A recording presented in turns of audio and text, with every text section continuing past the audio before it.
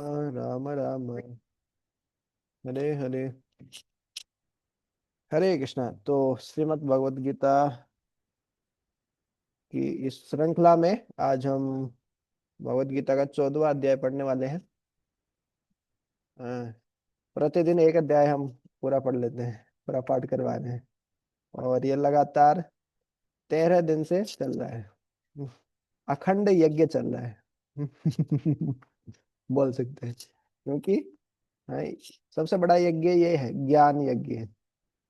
जैसे जप यज्ञ होता है, भगवान का नाम जप करना, तो ये भगवान के साक्षात वाणी है। तो उसके बाद ज्ञान यज्ञ ही आता है।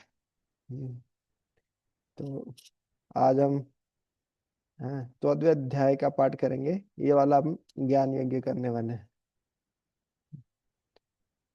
तो शुरू करते हैं।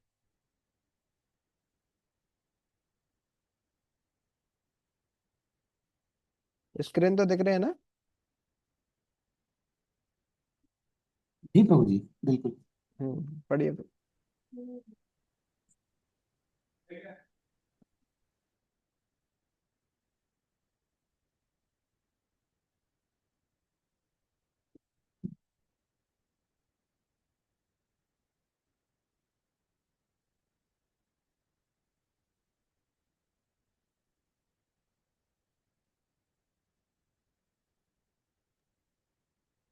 आपकी आवाज नहीं आ रही बिल्कुल।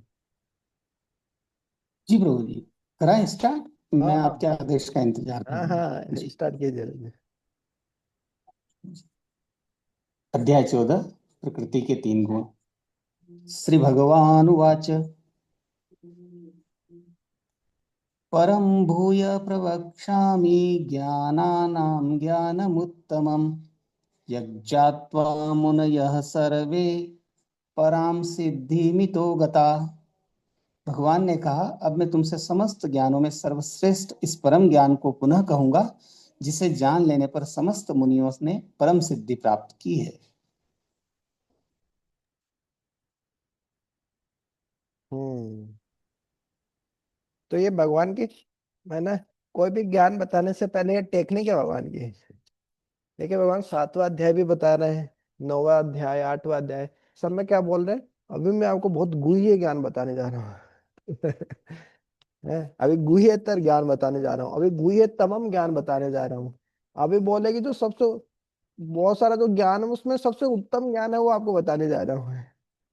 समस्त ज्ञान में सर्वश्रेष्ठ ज्ञान।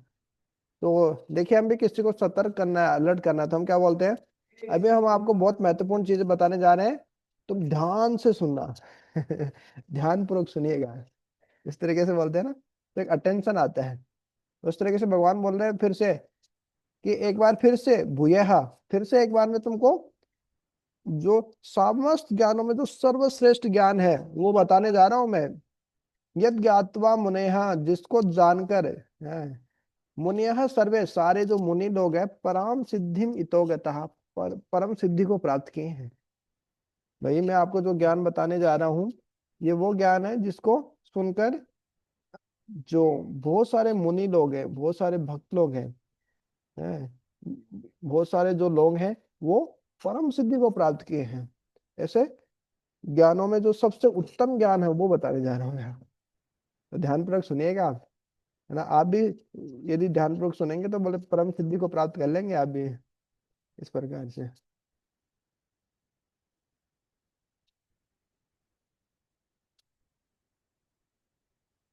इ- इदं ज्ञानोपाश्रित इदं ज्ञानमुपाश्रित्य मम साधर्म्यमागताः सर्गे अपि नोपजायन्ते प्रलये न व्यथन्ति च। इस ज्ञान में स्थिर होकर मनुष्य मेरी जैसी दिव्य प्रकृति स्वभाव को प्राप्त कर सकता है। इस प्रकार स्थित हो जाने पर वह न तो सृष्टि के समय उत्पन्न होता है और न प्रलय के समय विचलित होता है। हम्म तो इस ज्ञान में स्थित होने से भगवान क्या बोलो, मेरा जैसा ही बन जाता है वो, मेरे जैसे दिव्य प्रकृति स्वभाव को ही प्राप्त कर लेता है। मतलब तीनों गुणों से ऊपर ही उड़ जाता है वो, और भगवान के धाम चला जाता है।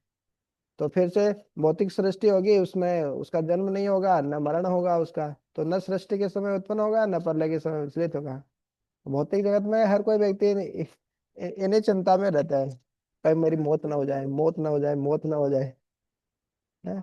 तो इस बार व्यक्ति बार बार मरता है, बोले कायर आदमी बहुत बार मरता है, बहुत बार डरता है, अरे मौत नहीं हो जाए, मेरी मौत नहीं, लेकिन वीर वीर जो बहादुर होता है वो एक ही बार मरता है।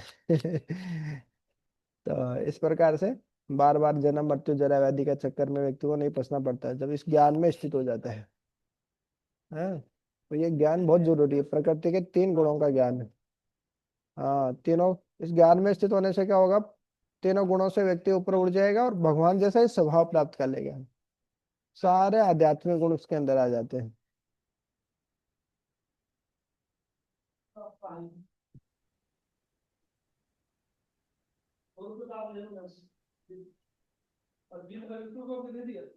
तो भौतिक ज्ञान और आध्यात्मिक ज्ञान में यही अंतर है, भौतिक ज्ञान जितना मिलता है वो व्यक्ति उतना बंध जाता है, और आध्यात्मिक ज्ञान मतलब जितना होता है व्यक्ति मुक्त हो जाता है।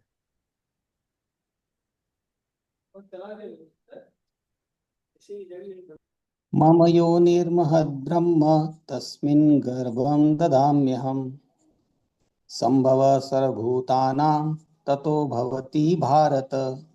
हे भरतपुत्र, ब्रह्म नामक भौतिक वस्तु जन्म का स्रोत है, और मैं इसी ब्रह्म को गर्भस्थ करता हूँ, जिससे समस्त जीवों का जन्म होता है। हरि। हरे कृष्ण।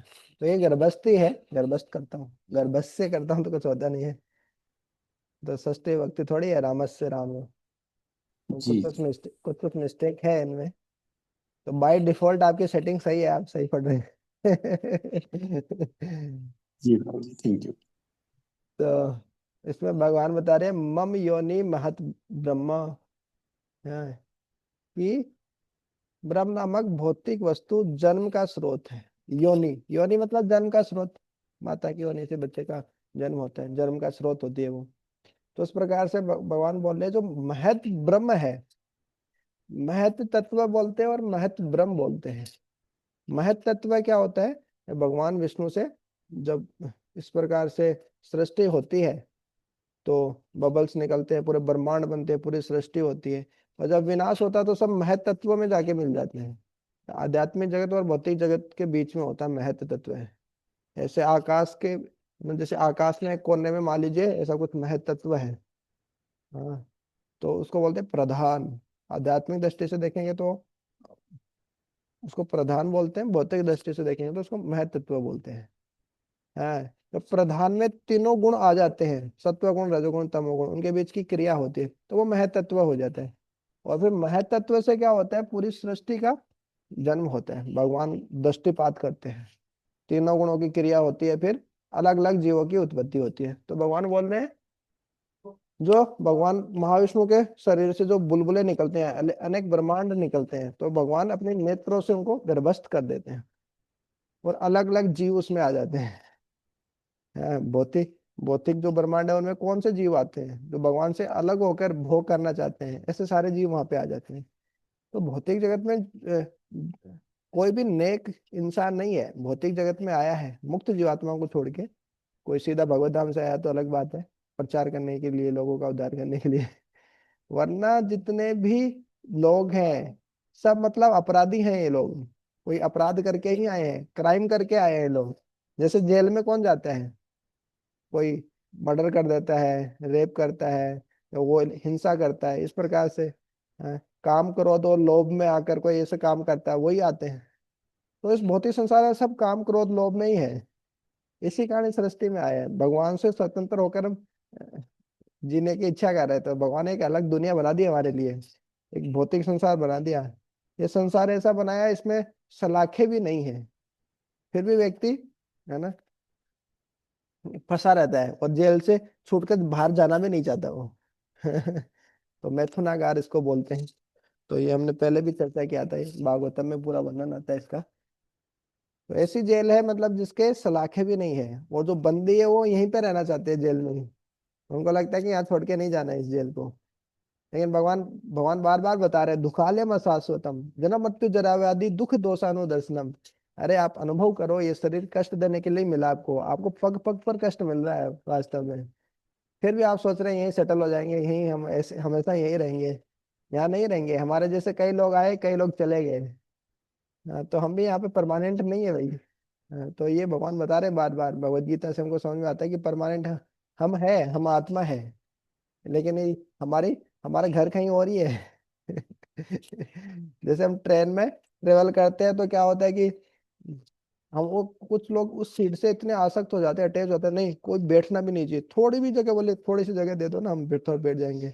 मतलब पूरे सीट पे लेटे हैं लेकिन बिल्कुल बैठने नहीं देते, बिल्कुल भी नहीं। हाँ, तो उसी तरीके से हम भी बहुत ज्यादा आसक्त हो जाते हैं एकदम, घर परिवार ये वो से इतना आसक्त हो जाते हैं कि हम किसी को जगह नहीं देते। फिर हम कोई साधु आए या कोई भी आए, भगवान आए, किसी को भी हम जगह नहीं देते बिल्कुल।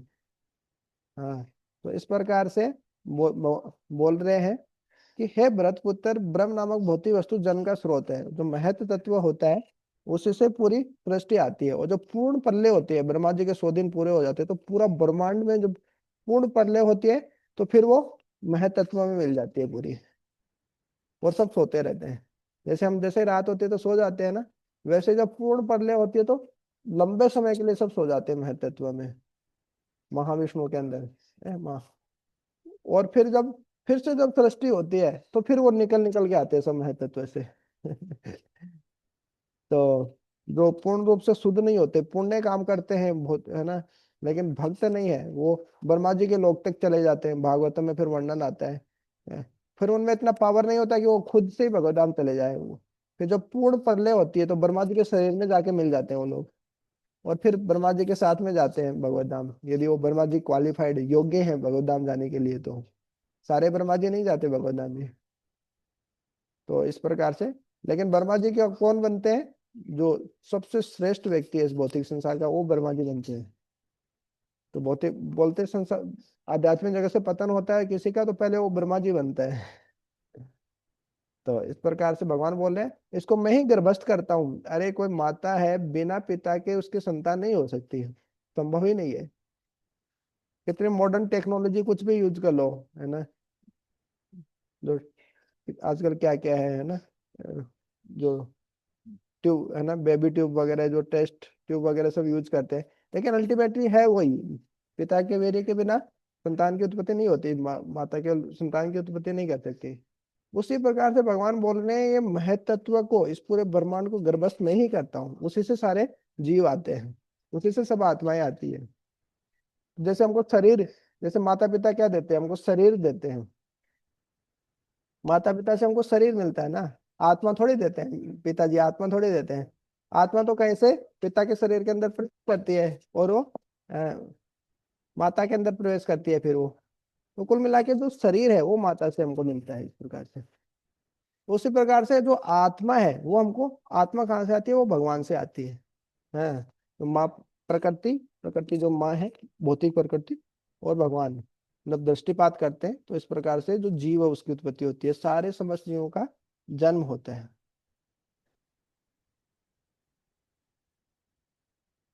हाँ, तो उसको महत तत्व भी बोलते हैं, महत ब्रह्म भी बोलते हैं इस प्रकार से। क्यों कि वो अपना विस्तार करते रहते हैं। हाँ? जैसे अनेक जीवों की उत्पत्ति हुई तो विस्तार हुआ ना।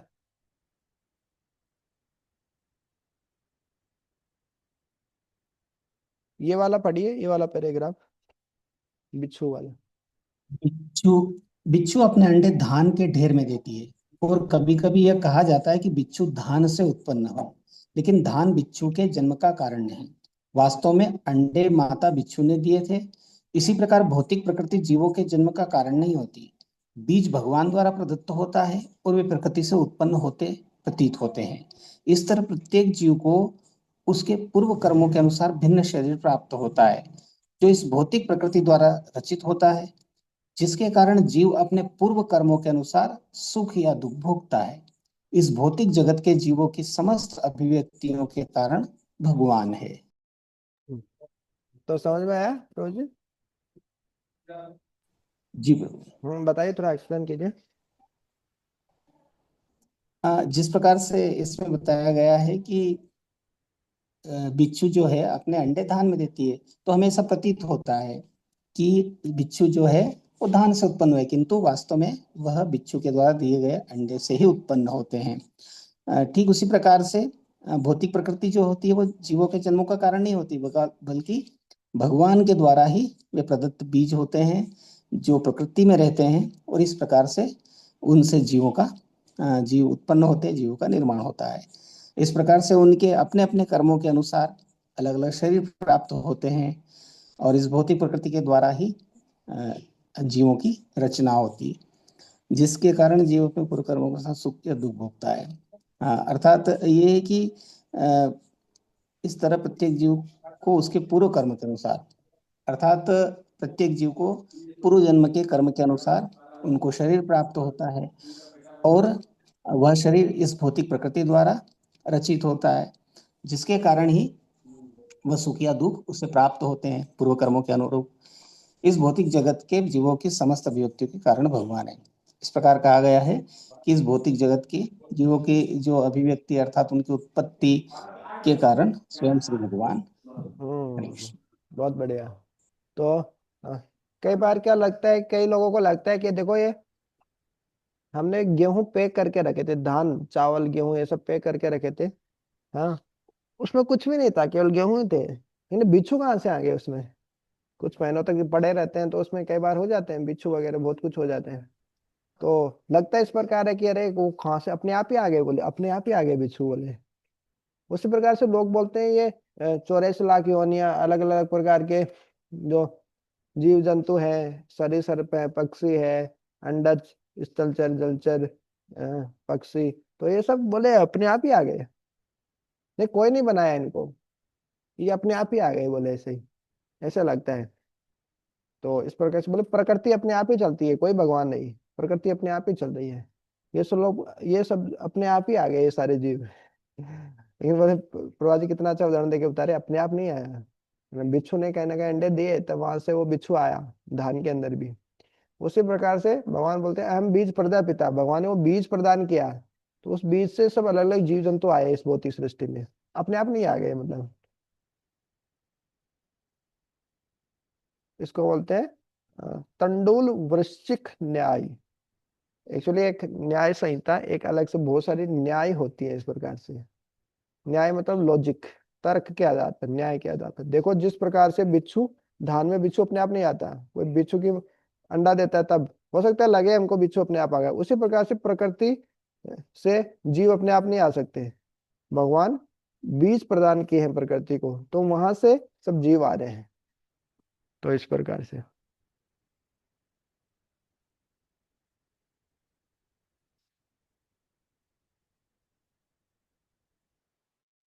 सर्वयोनिषु कौन्तेय मूर्तय सम्भवन्ति यः तासां ब्रह्म महद्योनिरहं बीजप्रदः पिता।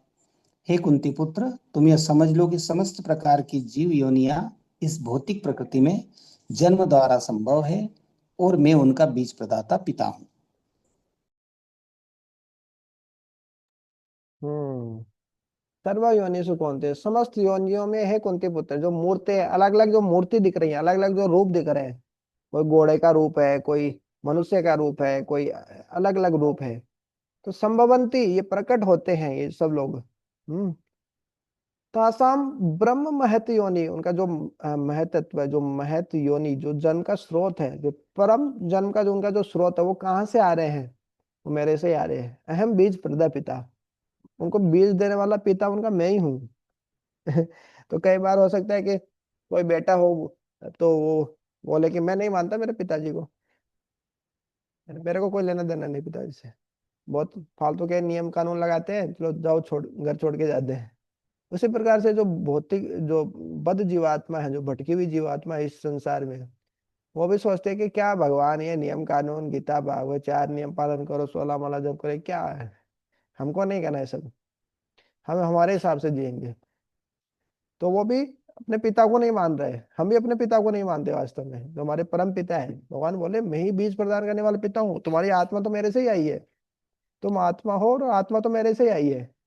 तुम्हारे माता पिता तुमको खाली भौतिक शरीर दिए हैं, आत्मा नहीं दिए है, आत्मा का तो स्रोत मैं ही हूँ, जो महत ब्रह्म योनि, जो ब्रह्म महत योनि है, जो परम जन्म का स्रोत है, वो तो बोले मैं हूँ। वो जो बीज जो दिया हूँ आपको, जैसे जीवात्माएं हैं, वो परमात्मा का तो अंश है, बोलते भी है आत्मा परमात्मा का अंश है, इस प्रकार से।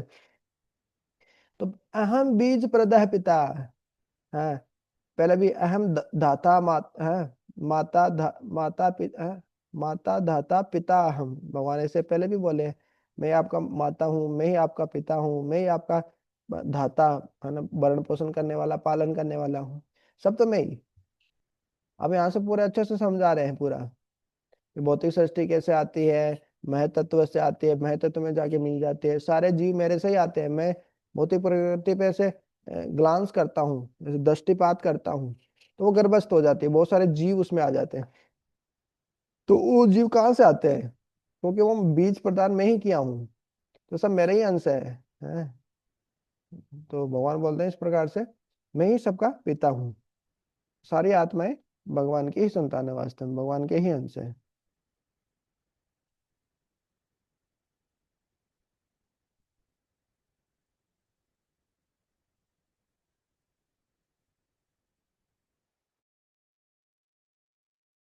सत्वं रजस्तमम् इति गुणाः प्रकृतिसम्भवाः निबध्नान्ति महाबाहो देहे देहिनमव्ययम्।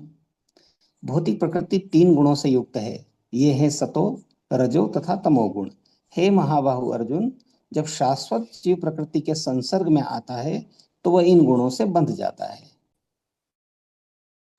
हम्म। तो भौतिक प्रकृति मतलब तीन गुण है। वास्तव में गुण का एक अर्थ होता है रस्सी, गुण का एक अर्थ रस्सी भी होता है। तो रस्सी में व्यक्ति को किस प्रकार से जकड़ लिया जाता है, एक रस्सी बनती ही कैसे है? जैसे रस्सी कैसे बनाते हैं, गांव में भी कुछ लोग रस्सी बनाते हैं। खेतों में एक घास होता है, स्पेशल घास होता है, वो थोड़ा लंबा घास होता है, बड़ा बड़ा, उसको काटते हैं, फिर उसको आपस में ऐसे मथते हैं? फिर उससे भी एक रस्सी बनाते हैं। और जो ये अपनी रस्सी रहती है, आजकल तो वो प्लास्टिक के धागे की भी आ गई, और जो दूसरी रहती है मोटी, है, क्या बोलते हैं उसको, लाव बोलते हैं, लोकल लैंग्वेज है। तो वो भी क्या इस प्रकार से धागों से ही बनाई जाती है, मतलब उसको ऐसे मत मत के, है ना, सन सन की बनती है इस प्रकार से वो। तो इस प्रकार से ये क्या एकदम पूरा व्यक्ति बंध जाता है, रस्सी मतलब एकदम बांध बांध देता है वो इस तरीके से। और बहुत मजबूत होता है रस्सी, है ना, ऐसे आसानी से टूटती नहीं है। तो ये भौतिक गुण जो है, वो जीवात्मा को एकदम बांध के रखते हैं, एकदम टाइट। उनसे निकल नहीं सकते वो। जैसे वो माया देवी ऊपर से तीन रस्सियां ऐसे फैला के रखती हैं, और जीव है वो जो कठपुतली की तरह, पपेट की तरह वो नाचता रहता है, और माया देवी वो डांस करवाती है उनसे ऐसे। जैसे जो कठपुतली दिखाने वाला ऐसे डांस कराता है, जादूगर, उसी प्रकार से माया देवी सबको इस प्रकार से तीन गुणों में फंसा के रखती है और उसमें डांस करवाती है। हाँ, सत्वम रजतम इति गुण प्रकृति संभवा, ये सब प्रकृति से उत्पन्न होते हैं। निबध्नान्ति महाबाहो, हे महाबाहु, निबध्नान्ति, निश्चित रूप से जीव को बांध के रखते हैं तीनों गुण। देह मतलब इस शरीर में, देहिना मतलब आत्मा को या जीव को, अव्यय मतलब जो अव्यय अविनाशी जो आत्मा है, जो कभी नष्ट नहीं होती, आत्मा अविनाशी है। तो उसको इस शरीर में एकदम बांध के रखते हो, सत्वगुण रजोगुण तमोगुण से एकदम बंध के रखता है एकदम। जैसे रस्सी, अ, जो गुण है, गुण का अर्थ एक रस्सी, तो रस्सी जिस प्रकार से बांध के रखती है ना, तो उसी प्रकार से तीनों गुण व्यक्ति को बांध के रखते हैं एकदम। हम्म। अब कैसे कैसे बांधते हैं ये भी भगवान आगे बताएंगे, है ना। असंगो यम पुरुष है, जो आत्मा, उसका भौतिक जगत से कुछ लेना देना नहीं है, इस प्रकार से।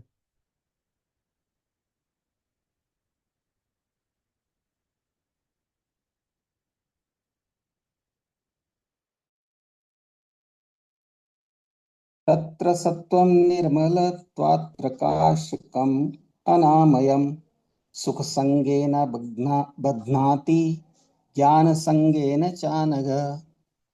हे निष्पाप, सतोगुण अन्य गुणों की अपेक्षा अधिक शुद्ध होने के कारण प्रकाश प्रदान करने वाला और मनुष्यों को सारे पाप कर्मों से मुक्त करने वाला है।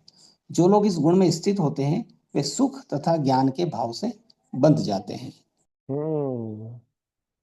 तत्र सत्वम निर्मलत्वात् प्रकाशकम अनामयम। जो सत्व गुण है वो सबसे निर्मल होता है। सत्व रजोर तमोगुण में सबसे जो निर्मल है, जो शुद्ध है, वो क्या है? सत्व गुण है। प्रकाशकम, वो प्रकाश देता है। अंधकार में नहीं रहता व्यक्ति, व्यक्ति को पता रहता है क्या सही है क्या गलत है, मतलब प्रकाशित करता हुआ। अनामयम, आमय मतलब पाप या बीमारी। भगवान बताएंगे जो तमोगुण का भोजन है वो नहीं, रजोगुण का भोजन है वो आम्य प्रदाह, आम्य देने वाला होता है। आम्य मतलब बीमारी देने वाला होता है, और आम्य मतलब पाप। और अनामय मतलब बिना कोई पाप कर्म का। तो जो सत्वगुण में जो व्यक्ति स्थित होता है तो वो पाप नहीं करता, क्योंकि उसको ज्ञान है ना क्या सही है क्या गलत है। पहली बात है, व्यक्ति को ज्ञान ही नहीं होता कि क्या सही है क्या गलत है, तो फिर तो वो कुछ भी करेगा, अपने मन से करेगा, whimsically एक्ट करेगा वो। लेकिन अनामयम जो, जिसको, हाँ, जो सत्व गुण में स्थित होता है वो प्रकाश कम और अनामयम होता है। हाँ, उसको प्रकाश होता है, ज्ञान का प्रकाश होता है। अनामयम, उसके कारण वो कोई पाप भी नहीं करता है। लेकिन फिर भी सत्व गुण भी बांधता है। जो ये भौतिक सत्व गुण है ये भी बांधता है। कैसे बांधता है? सुख संगे न बदनाती। सुख का संग, सुख की संगति के द्वारा। क्यों? जो व्यक्ति सत्वगुण में होता है उसको सुख, सुख पूर्वक वो जीवन जीता है अपना। ज्ञान संगेन च अनग। अर्जुन को बोले हे अनग, हे पाप रहित, ये सुख और ज्ञान से बांधता है सत्वगुण। कैसे बांधता है बता सकते हैं? सत्वगुण सुख और ज्ञान से कैसे बांधता है? हाँ, सत्वगुण सुख और ज्ञान से इस प्रकार बांधता है। कई लोग भगवान के भक्त नहीं होते, उनको बोलते हैं, लेकिन सत्व गुण में होते हैं, उनको बोलते हैं पायस मेटेरियलिस्टिक। पायस है वो, पुण्य आत्मा है, लेकिन है भौतिकी लोग, है भौतिकी वो। तो पुण्य भौतिकतावादी लोग, ऐसे लोग क्या होते हैं? भगवान की भक्ति वक्ति नहीं करते ये लोग। सुबह जल्दी उठते हैं, हाँ, और फिर स्नान वगैरह करके फिर योगा भी करेंगे, प्राणायाम भी करेंगे, आयुर्वेद के नियमों का भी पालन करेंगे। वो सात्विक लाइफ जीते हैं, सात्विक जीवन होता है। उनका भोजन भी सात्विक होता है। सुबह पहले सात्विक समय में उठेंगे, सात्विक भोजन करेंगे, है ना। कि जो सत्वगुण का भोजन होता है आगे देखेंगे 18वें अध्याय में कैसा होता है। स्निग्धा, स्थिरा, रस्या, रस, रस वाला, जूसीला, है ना, स्निग्ध, उसमें घी होती है वसा होता है। और इसको हृदय को भाने वाला होता है ऐसा भोजन। ऐसा भोजन करेंगे वो। अपना काम है तो अपना जॉब है, नौकरी है, वो भी इस प्रकार का रहेगा। ज्यादा एकदम भागा दौड़ी नहीं, एकदम पूरा गधे की तरह मेहनत नहीं करेगा वो ना। टीचिंग जॉब जो रहता है वो सत्वगुण में आता है इस प्रकार से।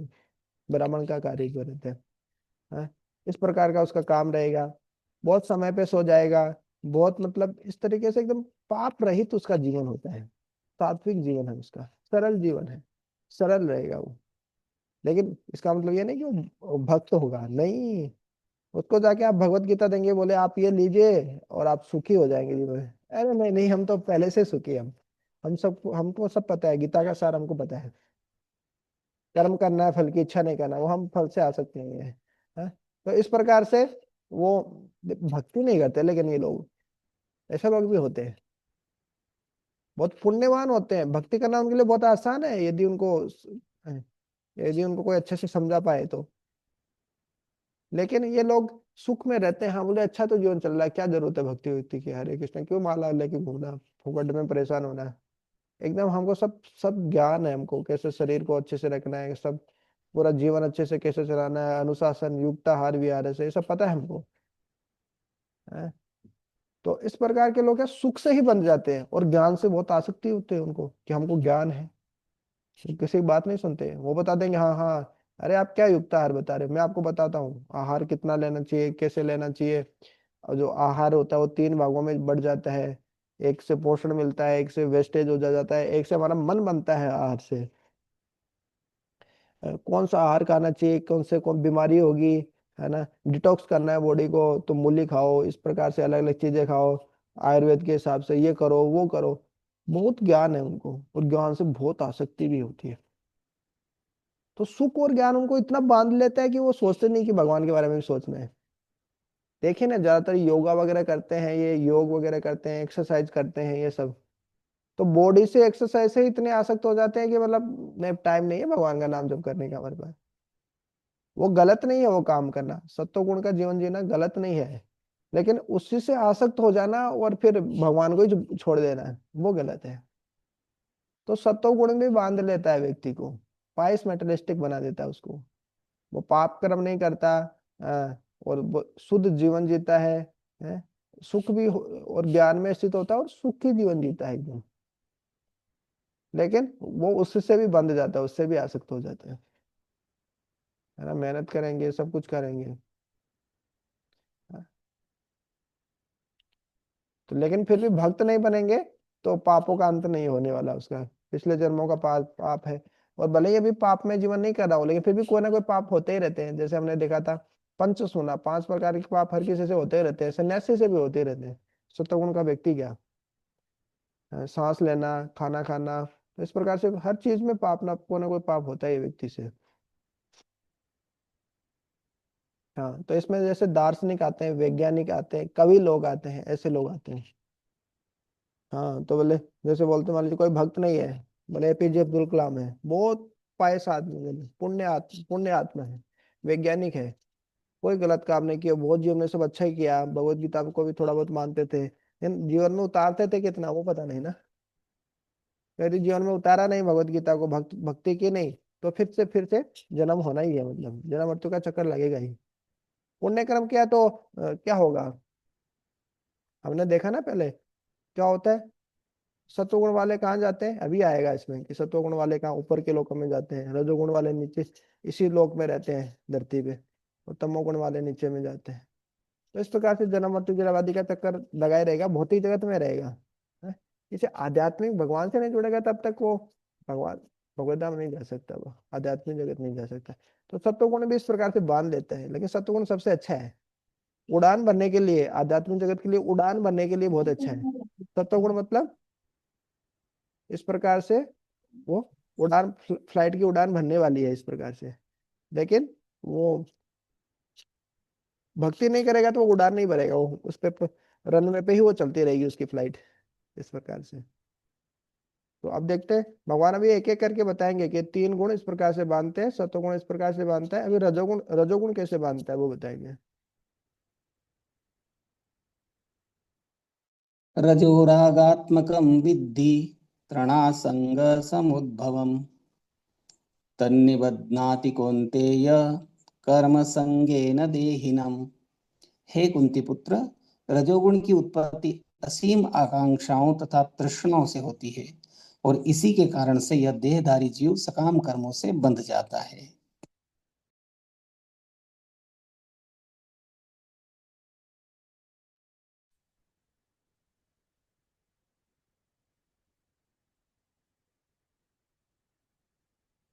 हम्म। तो इस प्रकार रजोगुण व्यक्ति को बांध लेता है। तो रजोगुण होता क्या है बेसिकली, ये भगवान इसमें बता रहे हैं।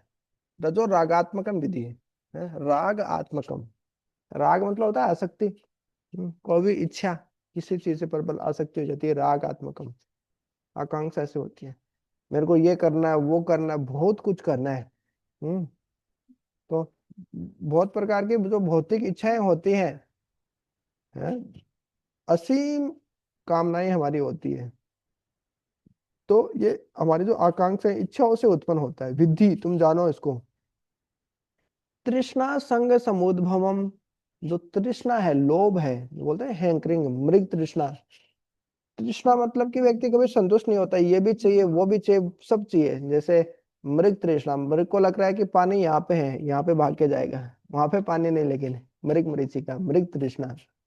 फिर आगे जाएगा, पानी यहाँ पे है तो इस प्रकार से, तो हमारी असीमित भौतिक इच्छाएं होती है, इतनी इच्छाएं होती है कि वो पूरी हो ही नहीं सकती और कई बार तो व्यक्ति इच्छाएं इतनी कर लेता है, मतलब उसका स्तर ही नहीं है, मतलब उनका पूरा करने का, मतलब वो इम्प्रैक्टिकल है, अव्यवहारिक है उनको पूरा करना।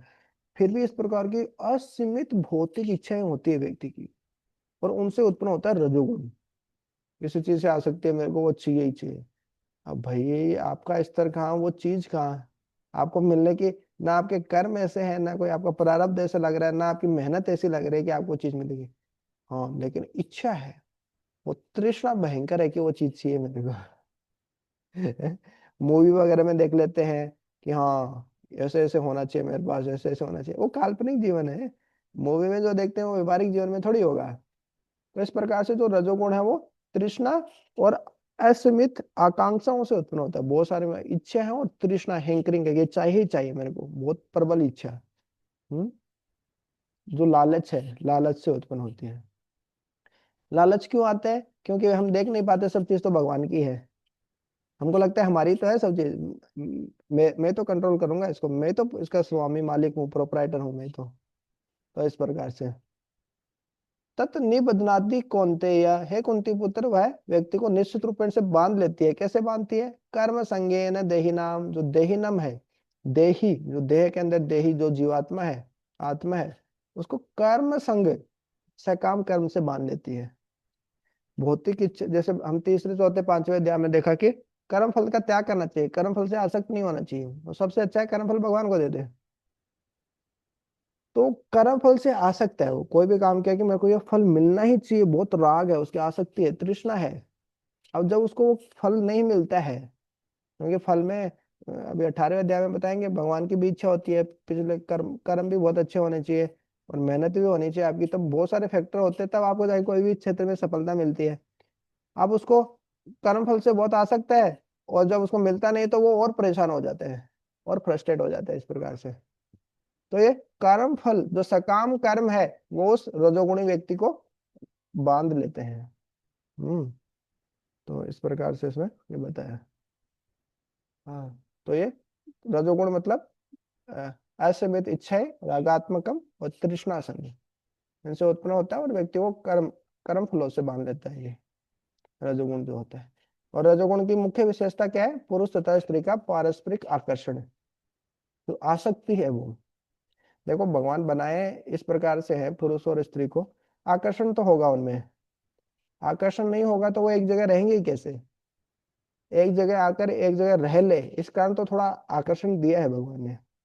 लेकिन वो आसक्ति इतनी प्रबल हो जाती है कि मतलब व्यक्ति वो आकर्षण के बजाय, उनकी सेवा करने के बजाय एक दूसरे को एक्सप्लॉइट करना चाहते हो, काम वासना में बदल जाती है वो ना, एक दूसरे का शोषण करना चाहते हैं कि उससे कुछ फायदा चाहिए हमको, और जो पत्नी को पत्नी से कुछ चाहिए, है ना। पहले के समय में तो जैसे बोले कि पैसा चाहिए, आजकल तो पति को भी पत्नी से पैसा चाहिए।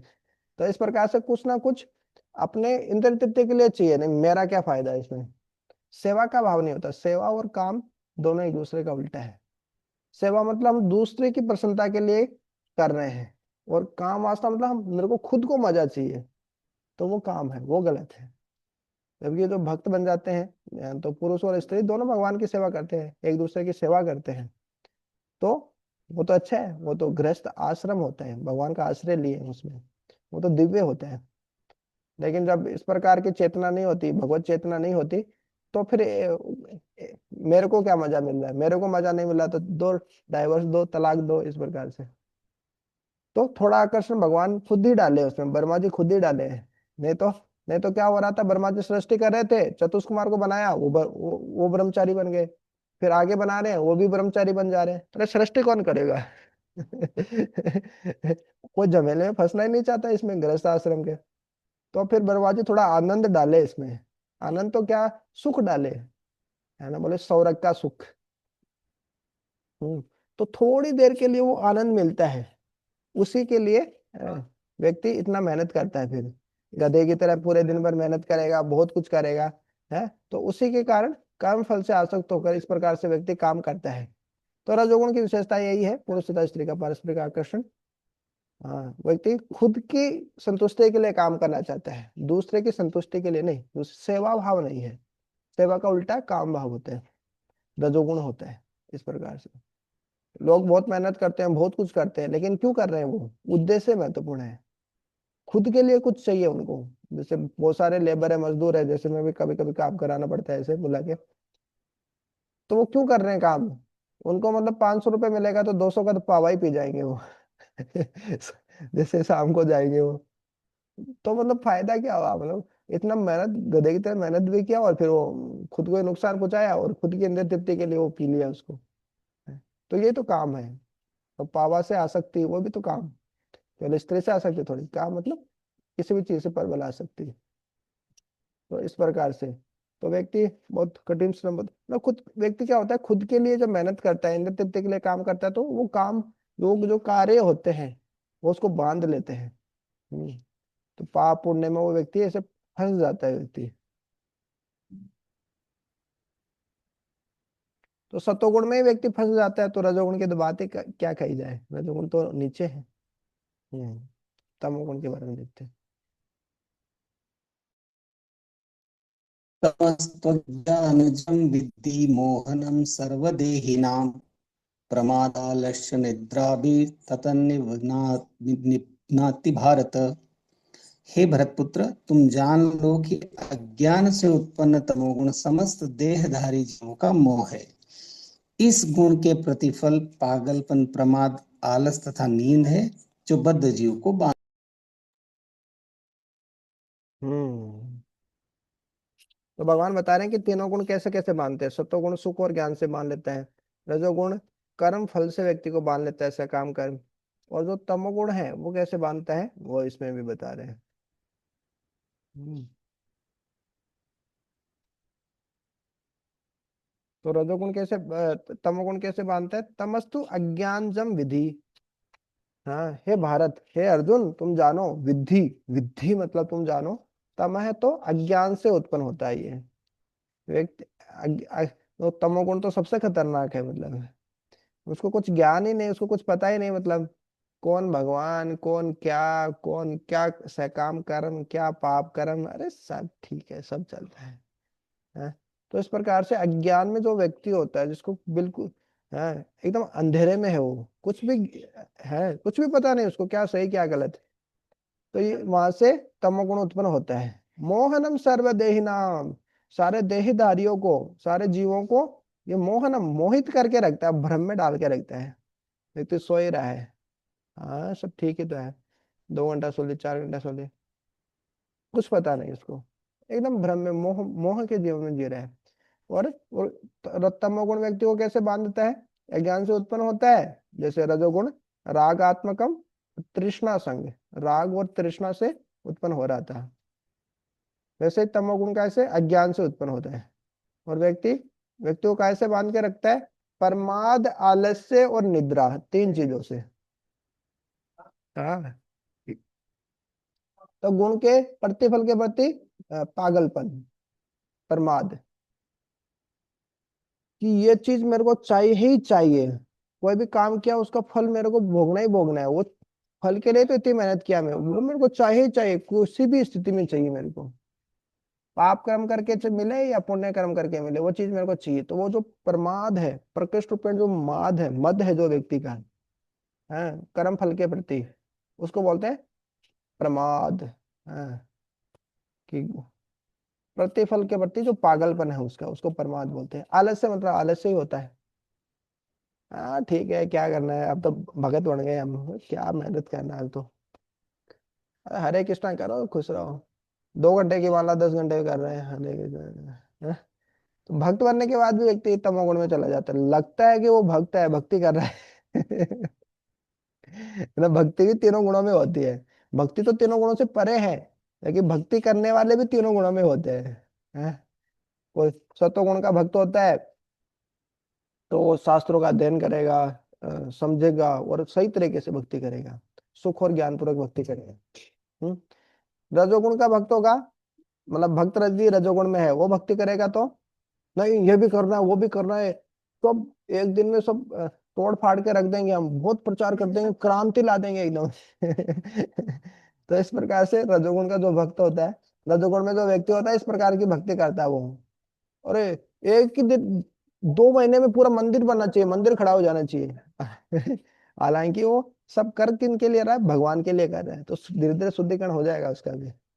लेकिन है रजोगुण में बहुत कुछ, उसको इच्छाएं बहुत है। तो जैसे कोई व्यक्ति पहले क्रिकेट देखता था, मैच देखता था, उसके रनों से बहुत आसक्ति थी, कितना रन हो गया, भारत पाकिस्तान का मैच चल रहा है, बहुत वो है। तो अभी वो भक्ति में आ गया, तो वो, अरे तुमने कितना बुक डिस्ट्रीब्यूशन किया बताओ, तुम्हारा स्कोर क्या है, बुक डिस्ट्रीब्यूशन स्कोर क्या है, कितनी भगवत गीता बांटी तुमने, है ना।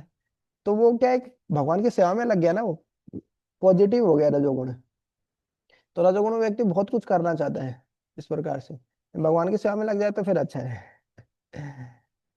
और तमोगुण में जो भक्त होता है वो खतरनाक है थोड़ा। हम्म।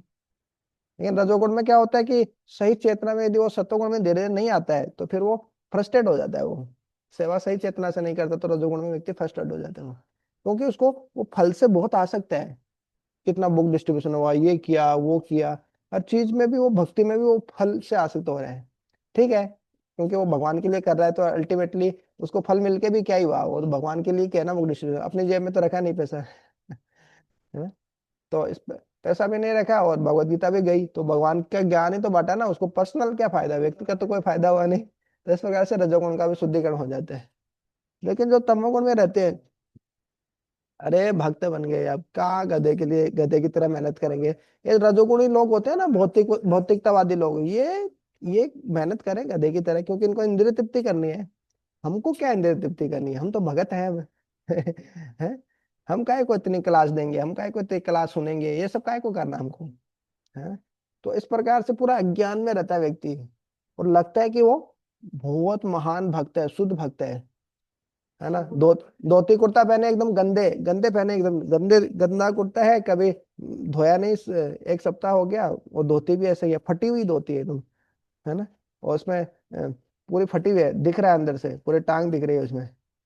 तो लग सकता है बाहर से, अरे कितना विरक्त भक्त है, वैराग्य की चरम सीमा है ये तो। सारे जो सट गोस्वामी है, मतलब उन्हीं का अनुयायी है ये तो, रूप रूप सनातन का ही फॉलोवर है बोले तो।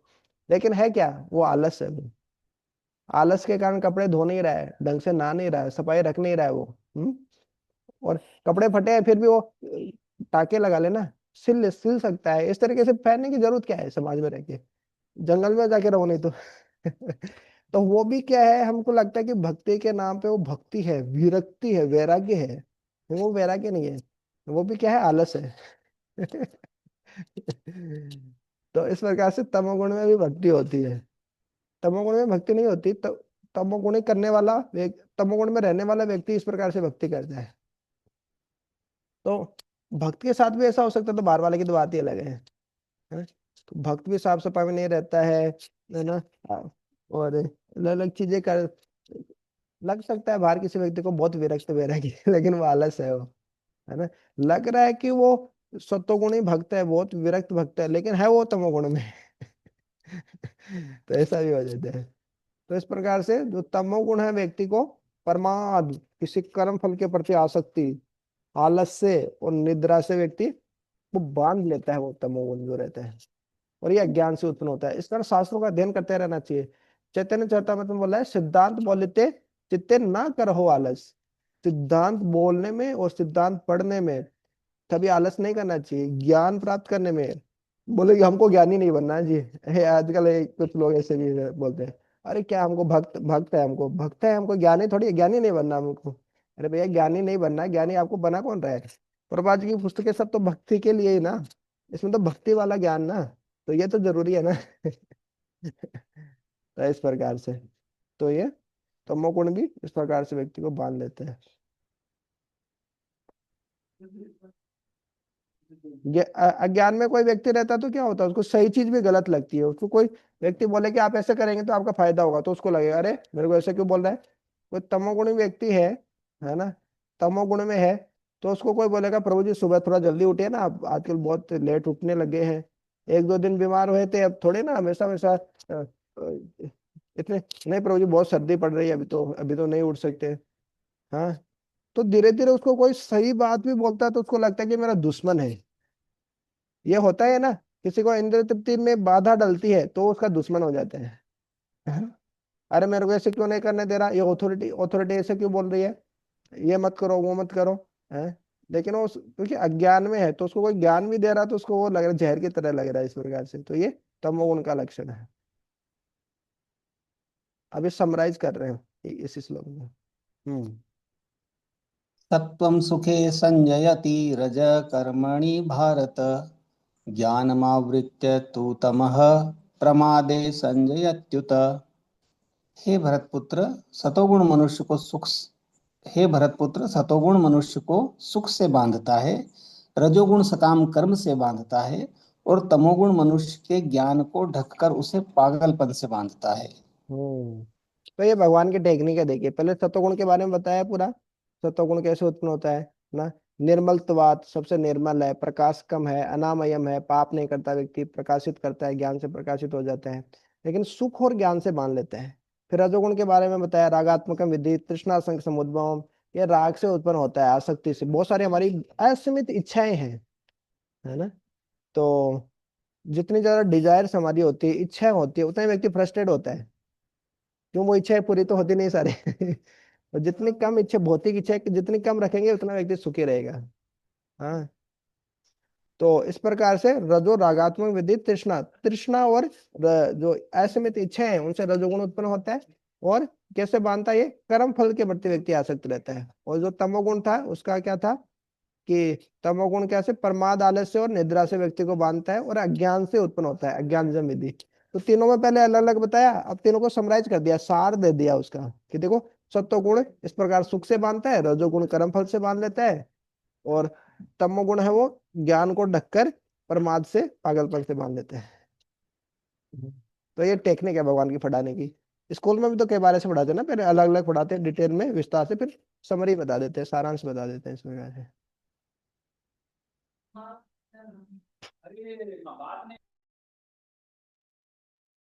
रजस्तमश् रजस्तंश्च विभूय सत्वं भवति भारत, रजसत्वं तमश्चैव तमः सत्वं रजस्तथा।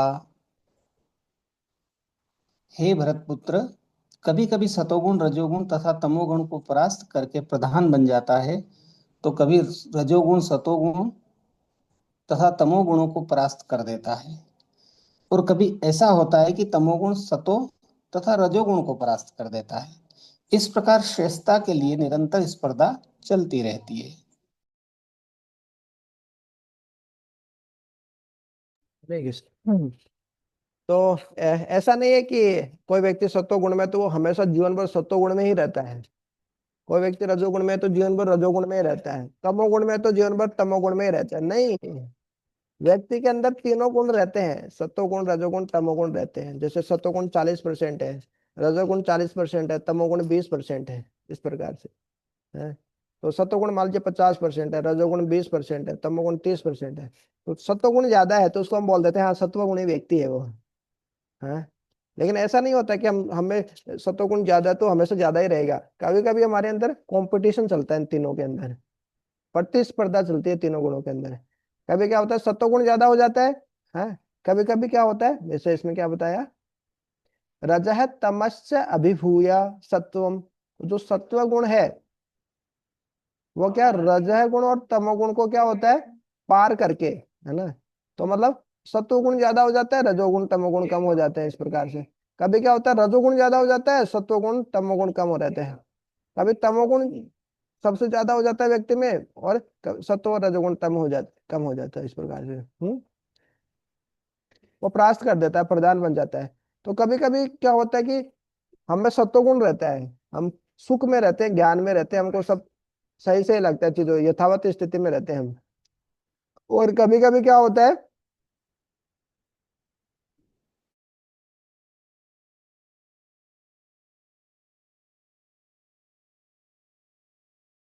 क्या हो गया।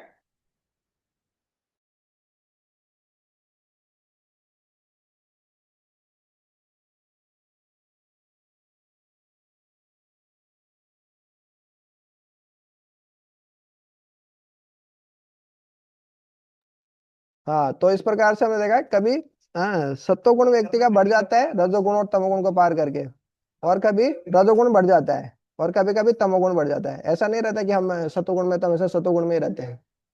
हाँ।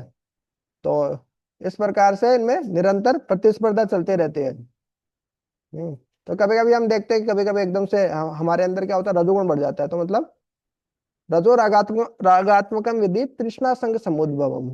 हाँ, तो तृष्णा और जो लालच होता है वो हमारे अंदर बढ़ जाता है इस प्रकार से। कभी कभी सुख, है ना, और ज्ञान इस प्रकार से हमारे अंदर रहता है। प्रकाशकम अनामयम, हम कोई पाप कर्म नहीं करते इस प्रकार से।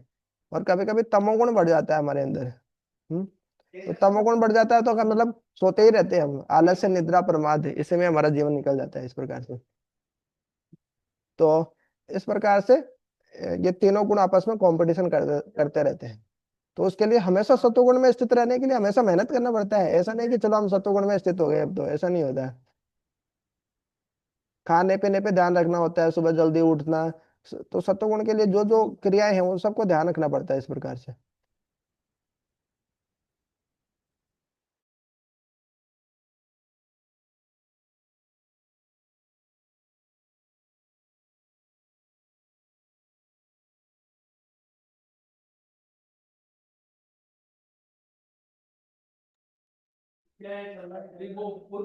बढ़िया ब्रज। सर्वद्वारेषु देहेऽस्मिन् प्रकाश उपजायते, ज्ञानं यदा तदा विद्यादिवृद्धं सत्त्वमित्युत। सतोगुण की अभिव्यक्ति को तभी अनुभव किया जा सकता है जब शरीर के सारे द्वार ज्ञान के प्रकाश से प्रकाशित होते हैं। हम्म। तो सर्व द्वारेषु देह अस्मिन, जो देह के अंदर, शरीर के अंदर जो 9 द्वार हैं। 9 द्वार क्या है यहाँ पे पूरा लिखा है, 5 द्वार। जो 7 द्वार है वो तो ऊपर ही है, हमारे मुंह के ऊपर ही है। आंखों से तो द्वार मतलब क्या, गेट। गेट से क्या होता है, घर में जब गेट होता है तो उससे कोई व्यक्ति अंदर जाता है, बाहर आता है इस प्रकार से। तो इस प्रकार से हमारे शरीर में भी 9 गेट हैं। तो उससे, है ना, कोई चीज हम ज्ञान, है ना, ज्ञान प्राप्त करते हैं अलग अलग, है ना। आंखों से कुछ देखते हैं, कानों से कुछ सुनते हैं इस प्रकार से। तो जब कोई व्यक्ति सत्वगुण में होता है तो उसके सारे के सारे 9 गेट, 9 द्वारे पूरे देही। बोले हमारा शरीर ऐसा नगरी है जिसमें 9 द्वार हैं, 9 गेट हैं। ये पहले भी आया था। और यहाँ पे भी बताए, सर्वद्वारेषु देहस्मिन् प्रकाश उपजायते हैं।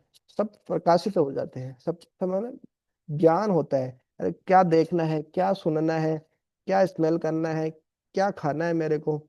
तो हर चीज को उसको, है ना, ज्ञान होता है उस व्यक्ति को जब सत्वगुण में होता है तो, है इस प्रकार से। हाँ, और सही स्थिति में वो रहता है, सही सही सुनाई पड़ता है, सही ढंग से उन वस्तुओं का स्वाद मिलता है। मनुष्य का अंततः भाई शुद्ध हो जाता है, प्रत्येक द्वार में सुख के लक्षण दिखते हैं, और यही स्थिति होती है सत्वगुण की, इस प्रकार से। तो समराइज कर दिया, फिर अभी बता रहे कि तीनों में कंपटीशन चलता रहता है। और सत्वगुण हमें हमें अभी सत्वगुण में है कि नहीं है, तो उसको कैसे चेक कर सकते हैं, इस प्रकार से इसे चेक कर सकते हैं। तो रजोगुण में होते हैं, उसको कैसे चेक करना है। लोह लोभ प्रवृत्तिरारंभ कर्मणामश्मस्पृहा, रजस्येतानि जायन्ते विवृद्धे भरतर्षभ। हे भरतवंशियों में प्रमुख, जब रजोगुण में वृद्धि हो जाती है तो अत्यधिक आसक्ति, सकाम कर्म, गहन उद्यम तथा अनियंत्रित इच्छा एवं लालसा के लक्षण प्रकट होते हैं। तो बोले हम कब चेक करें, भगवान तो बोल दिए कि कभी सत्वगुण ज्यादा होता है हमारे अंदर, रजोगुण तमोगुण को पार करके। कभी रजोगुण ज्यादा हो जाता है सत्वगुण और तमोगुण को लांग कर, कभी तमोगुण ज्यादा हो जाता है। तो कैसे समझे कि हम किस गुण में हैं। तो सत्वगुण में रहेंगे तो सारे जो 9 द्वार हैं वो प्रकाशित रहेंगे, है ना, सुख के लक्षण उसमें प्रकट होंगे। और जब हम रजोगुण में है उसका कैसे पता चलेगा, तो क्या होगा, लोभ प्रवृत्ति आरंभ है। तो अत्यधिक आसक्ति हो जाएगी, सकाम कर्म, कोई भी काम कर रहे हैं तो उसके फल से मेरे को ये चीज मिलनी चाहिए, ये क्यों नहीं मिली मेरे को, है ना। तो इस प्रकार से बहुत व्यक्ति आसक्त हो जाता है। और नहीं मिलती है तो, वो चीज नहीं मिलती है तो बहुत फ्रस्ट्रेट हो जाता है। और जब वो चीज मिल जाती है तो और चाहिए वो चीज फिर। ये सकाम कर्म, गहन उद्यम, बहुत भयंकर मेहनत करता है। गधे की तरह एकदम मेहनत करता है वो। भक्ति वक्ति सब छोड़ देता है जब रजोगुण में होता है तो। और अनियंत्रित इच्छाएं, और इच्छाएं ऐसी होती हैं कि वो उनको नियंत्रित ही नहीं कर पाता व्यक्ति, कंट्रोल ही नहीं कर पाता है। मतलब इच्छाओं को और कंट्रोल करना बहुत जरूरी है। सत्व गुण मतलब कि जैसे कोई एकदम से बाढ़ आ रही है, कोई नदी में उफान आ गया, बाढ़ आ गई एकदम। तो वो एक जो बांध बांध देते हैं, डैम बांध देते हैं, ब्रिज, पुल, तो उसकी स्पीड को कंट्रोल कर लेते हैं। नहीं तो एकदम से इतनी फुल स्पीड से जब बाढ़ आती है नदी में तो आसपास के गांव बह जाते हैं उसमें। तो सत्वगुण वो ब्रिज है जिससे अब रजोगुण तमोगुण को है ना ये नियंत्रित कर लो, है अनियंत्रित इच्छाओं को नियंत्रित कर लिया इस प्रकार से। लेकिन रजोगुण में अनियंत्रित इच्छाएं आती हैं और लालसा पाने की तीव्र इच्छा इस प्रकार से। और रजोगुण में जो व्यक्ति होता है कभी संतुष्ट नहीं होता, सब देख सकते हैं हमारे जीवन में कि हाँ मैं किस गुण में हूँ अभी, सत्वगुण में हूँ कि अभी हर समय बदल बदल रहा है मेरा गुण, है ना, अभी क्यों रजोगुण में तो चला नहीं गया इस प्रकार से। हाँ, तो जो रजोगुणी व्यक्ति होता है वो कभी संतुष्ट नहीं होता है, मतलब संतोषी सदा सुखी है। सत्वगुण में रहता है व्यक्ति संतुष्ट रहता है, ज्ञान होता है, सुख होता है ना, सुख और ज्ञान मतलब सुख मतलब सुखी ही रहता है ना, संतोषी है वो, संतुष्ट रहता है। लेकिन रजोगुण में व्यक्ति को और चाहिए, बहुत कुछ करना है उसको, अपना पद बढ़ाने के लिए लालयित रहता है, उसे मकान बनवाना है, महल बनवाने के लिए भरसक प्रयास करता है, महल में रहेगा, है ना। तो इनके तृप्ति कोई सीमा ही नहीं है, मतलब कितना भी कर लो कोई सीमा नहीं है मतलब। शास्त्रों का ये बोला है सादा जीवन उच्च विचार, सिंपल जितना शरीर का जीवन यापन करने के लिए जरूरत है वो आप कीजिए, है ना, और आपकी भक्ति के लिए जितना जरूरी है उतनी आवश्यकताएं रखिए, ज्यादा की जरूरत नहीं है इस प्रकार से। नहीं तो क्या होता है वो रजोगुण में व्यक्ति फंस जाता है इंद्रिय तृप्ति करने के चक्कर में फिर। हम्म। अप्रकाशो प्रवृत्तिश्च प्रमादो मोह एव च तमश्चेतानि जायन्ते विवृद्धे कुरु नंदन।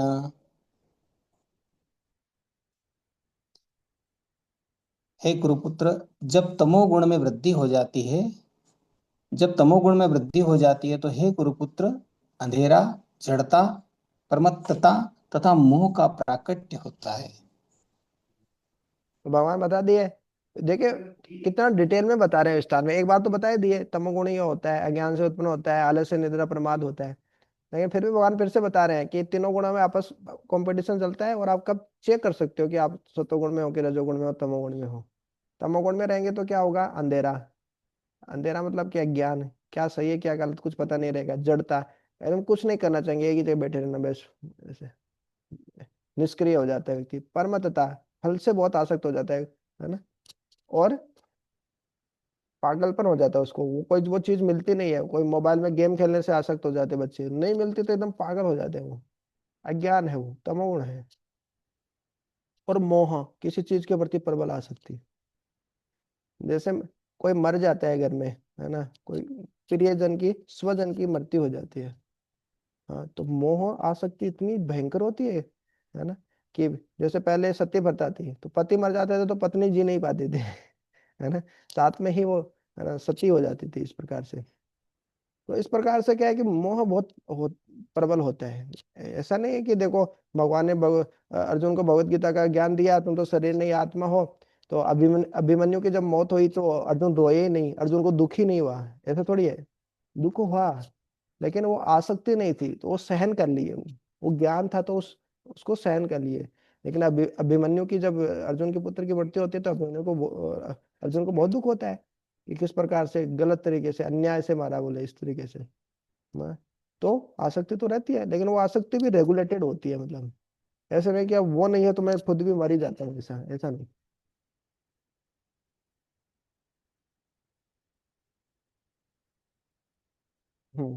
आप पूरा सत्वगुण रजोगुण तमोगुण के बारे में यदा सत्त्वे तो अभी भगवान बता रहे हैं कि ये मतलब सत्वगुण में होने से फायदा क्या है, बोले सत्वगुण में होंगे तो उससे क्या होगा, मरने के बाद कहाँ जाएंगे, रजोगुण में होंगे तो कहाँ जाएंगे, में होंगे तो कहाँ जाएंगे, उनकी गति क्या होगी वो अभी बताएंगे। यश गुरुदेव। यदा सत्त्वे प्रवृद्धे तु प्रलयं याति देहभृत् तदोत्तम विदाम लोकान मलान न प्रतिपद्यते। जब कोई सतोगुण में मरता है तो उसे महर्षियों के विशुद्ध उच्चतर लोकों की प्राप्ति होती है।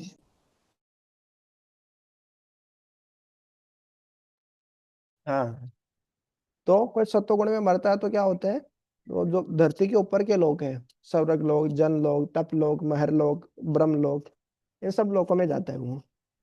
हम्म, तो भले ही कोई भक्त नहीं है लेकिन सत्वगुण में भी है, लेकिन भक्ति के बिना सत्वगुण भी मेंटेन करना आसान नहीं है। और हमेशा कोई व्यक्ति सत्वगुण में रह नहीं सकता है, कभी सत्वगुण चलता है, कभी रजोगुण ज्यादा हो जाता है, कभी तमोगुण ज्यादा हो जाता है व्यक्ति के अंदर। तो फिर भी यदि सत्वगुण प्रधान है तो वो ऊपर के लोकों में जाएगा, महर्षियों के विशुद्ध उच्चतर लोकों में जाएगा, जहाँ पे जो पुण्यवान लोग हैं, जो पुण्य करने वाले लोग हैं वो जाते हैं, क्योंकि सत्वगुण में व्यक्ति पाप नहीं करता, अनामयम, उसको सुख होता है, ज्ञान होता है, तो वो पाप कर्म नहीं करता, उसको पता है भगवान हृदय में बैठे हैं, कुछ कुछ ज्ञान होता है उसको, तो पाप कर्म नहीं करता वो, और उच्चतर लोगों की प्राप्ति करता है।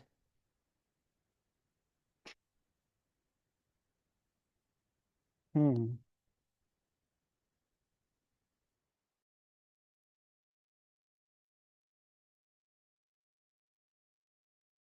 रजसी प्रलयं गत्वा कर्मसङ्गीषु जायते तथा प्रलीनस्तमसि मूढ़योनिषु जायते।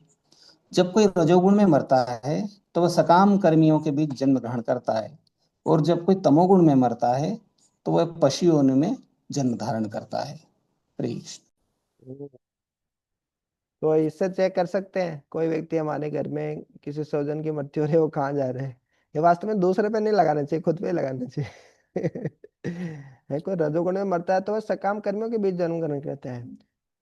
बहुत बड़े बिजनेसमैन, ये वो बहुत कुछ करना है ना, बहुत मेहनत करने वाले लोगों के बीच में फल से जो आसक्त होते हैं।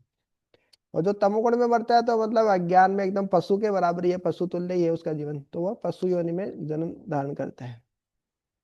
तो कई कितनी मुश्किल से व्यक्ति को मनुष्य जन्म मिलता है, और व्यक्ति में ज्ञान नहीं होता है एकदम, अ, इस प्रकार से वो जीवन बिता देता है अज्ञान में ही, और तमोगुण में ही जीवन बिता देता है, तो क्या होता है फिर वो फिर से पशु बन गया, कितनी मुश्किल से तो मनुष्य बना था फिर पशु बन गया।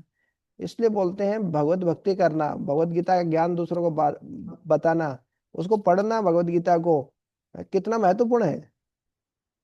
हाँ, सबसे बड़ा मानव कल्याण का कार्य है, मतलब कि व्यक्ति का कल्याण करने का कार्य है भगवत गीता पढ़ना, भक्ति करना। न- नहीं तो क्या होगा, व्यक्ति वैसे तमोगुण में जीवन बिताएगा और मरने के बाद वो फिर से पशु बन गया। अब पता चले कि बहुत बहुत बड़ा घर था, उसमें बहुत आसक्त था, अब पता चले मर गया, उसी घर में भैंस बन के आ गया, बकरी बन के आ गया, क्या फायदा। कितनी मेहनत किया, 7 पीढ़ियां मेरी खाएगी सब कुछ, अब वो बकरी बन गया, उसको कसाई को बेच दिया, उसको काट के खा लिए। तो क्या फायदा हुआ ऐसे तमोगुण में जीवन जीने का। हाँ, तो लोगों को बताना भैया सत्वगुण सूरज, ये क्या बहुत प्रैक्टिकल व्यवहारिक है, हम बता सकते हैं, हम जैसे हम स्कूल कॉलेज में भी जाते हैं तो इन्हीं गुणों के बारे में बताते हैं, किस प्रकार से सत्वगुण में आएंगे तो आप कोई भी कार्य बहुत अच्छे से कर सकते हैं, भले आप अपने पढ़ाई कर रहे हो, जॉब कर रहे हो, कुछ भी कर रहे हो, सत्वगुण में रहेंगे बहुत अच्छे से कर सकते हैं, सुख और ज्ञान है। रजोगुण में क्या रहता है, बहुत ज्यादा अपने सकाम कर्म करेंगे, है ना, कर्मण्य व अधिकारस्थ नहीं होगा, फल पे बहुत आसक्त है ना, तो फ्रस्ट्रेशन आएगी, बहुत इच्छा होगी, इस प्रकार से क्या रजोगुण में व्यक्ति फंस जाता है।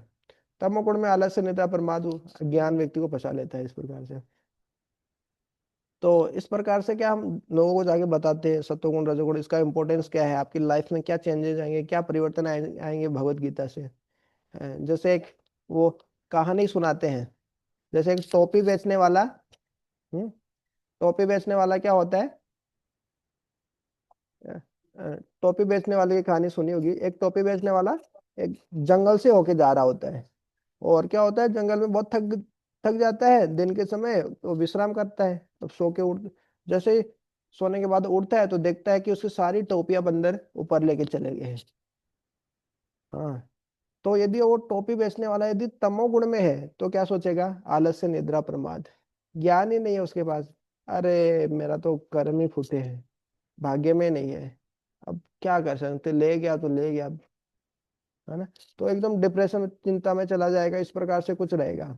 है, वही व्यक्ति यदि टोपी बेचने वाला रजोगुण में है तो क्या करेगा, रजो रागा तृष्णा, बहुत इच्छा है ना, कुछ करना है उसको, है, लेकिन क्या सही है क्या गलत, वो पता नहीं है उसको, है, तो क्या करेगा वो, रजोगुण में व्यक्ति है, मतलब रजोगुण मतलब भागता रहता है, रेट रेस, चूहे की तरह भागता रहना है, भागता रहता है, लेकिन चूहे को पता नहीं जाना कहाँ है, बस भागना है बस।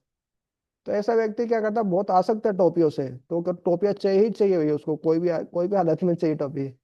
तो क्या करेगा, या तो पत्थर उठाएगा फेंकेगा मारेगा। अब बॉलिंग तो बंदरों के हमसे अच्छी ही रहती है, मतलब अच्छे से कैच करेगा बंदर बढ़िया एकदम, तो उल्टा उसी को मारेगा, ज्यादा स्पीड में जाएगी बॉलिंग, तो मार खाएगा उल्टा। तो रजोगुण में ऐसा ही होता है, व्यक्ति को ज्ञान होता नहीं और बहुत कुछ करना चाहता है, वो उल्टा सीधा फल से बहुत आसक्त होता है, तो उल्टा उसी को मार पड़ जाती है। लेकिन वही टोपी बेचने वाला यदि सत्वगुण में हो तो क्या होगा, दिमाग लगाएगा, हाँ उससे टोपी कैसे वापस कैसे ले सकते हैं। जैसे वृंदावन जाते हैं तो हर बार वृंदावन यात्रा में होता ही है, हम स्टूडेंट्स को लेके जाते हैं, पूरा बोल देते हैं उनको चश्मा मत लगाना, ये मत करना। लेकिन वो कोई चश्मा लगा के रखेगा, कोई मोबाइल रखेगा, और फिर वो बंदर ले जाते हैं उसको चश्मे को। हैं? और फिर होता क्या है, फिर वो कितने मेहनत कर लो देते नहीं है, फिर कोई फ्रूटी से देता है, किसी को कुछ और देना पड़ता है, तो बहुत कुछ करना पड़ता है, फिर वो तब जाके वो चश्मा मिलता है। तो इस प्रकार से वो जो टोपी बेचने वाला वो दिमाग लगाएगा, चलो वो बंदर नकल करते हैं, एक टोपी उसके पास होगी, पहनेगा फिर फेंकेगा, तो बंदर नकल करेंगे, सारी टोपी नीचे फेंक देंगे, है ना। या और कोई दिमाग लगाएगा वो इस प्रकार से। तो सत्वगुण में जो व्यक्ति होता है ना, वो दिमाग लगाता है, दिमाग लगा के कार्य करता है वो। उसकी चेतना क्या होता है, सॉल्यूशन ओरिएंटेड होती है, समाधान की ओर उसकी चेतना होती है।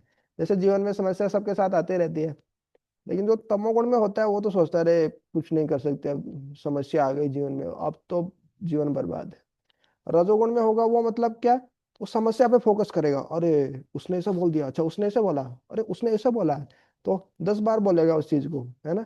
और समस्या को और बढ़ा देगा, समस्या पे फोकस करेगा वो, है ना? कि बोले इसका टांग टूट गया, अरे टांग टूट गया, टांग टूट गया, टांग टूट गया, इस तरीके से 10 बार बोलेगा। तो समस्या पे फोकस करने से क्या, समस्या बढ़ जाएगी। लेकिन वही व्यक्ति यदि सत्वगुण में होगा तो क्या सोचेगा, अरे ठीक है अब समस्या आ गई, अब तो टांग टूट गया तो टूट गया, है ना, लेकिन अब कर क्या सकते हैं, समाधान क्या है उसमें, है। तो समाधान पे फोकस करेगा, सॉल्यूशन ओरिएंटेड कॉन्शियसनेस होती है सत्वगुण में। तो वो दिमाग लगा कि हाँ इस प्रकार से ये कर सकते हैं, ये वो कर सकते हैं, है ना।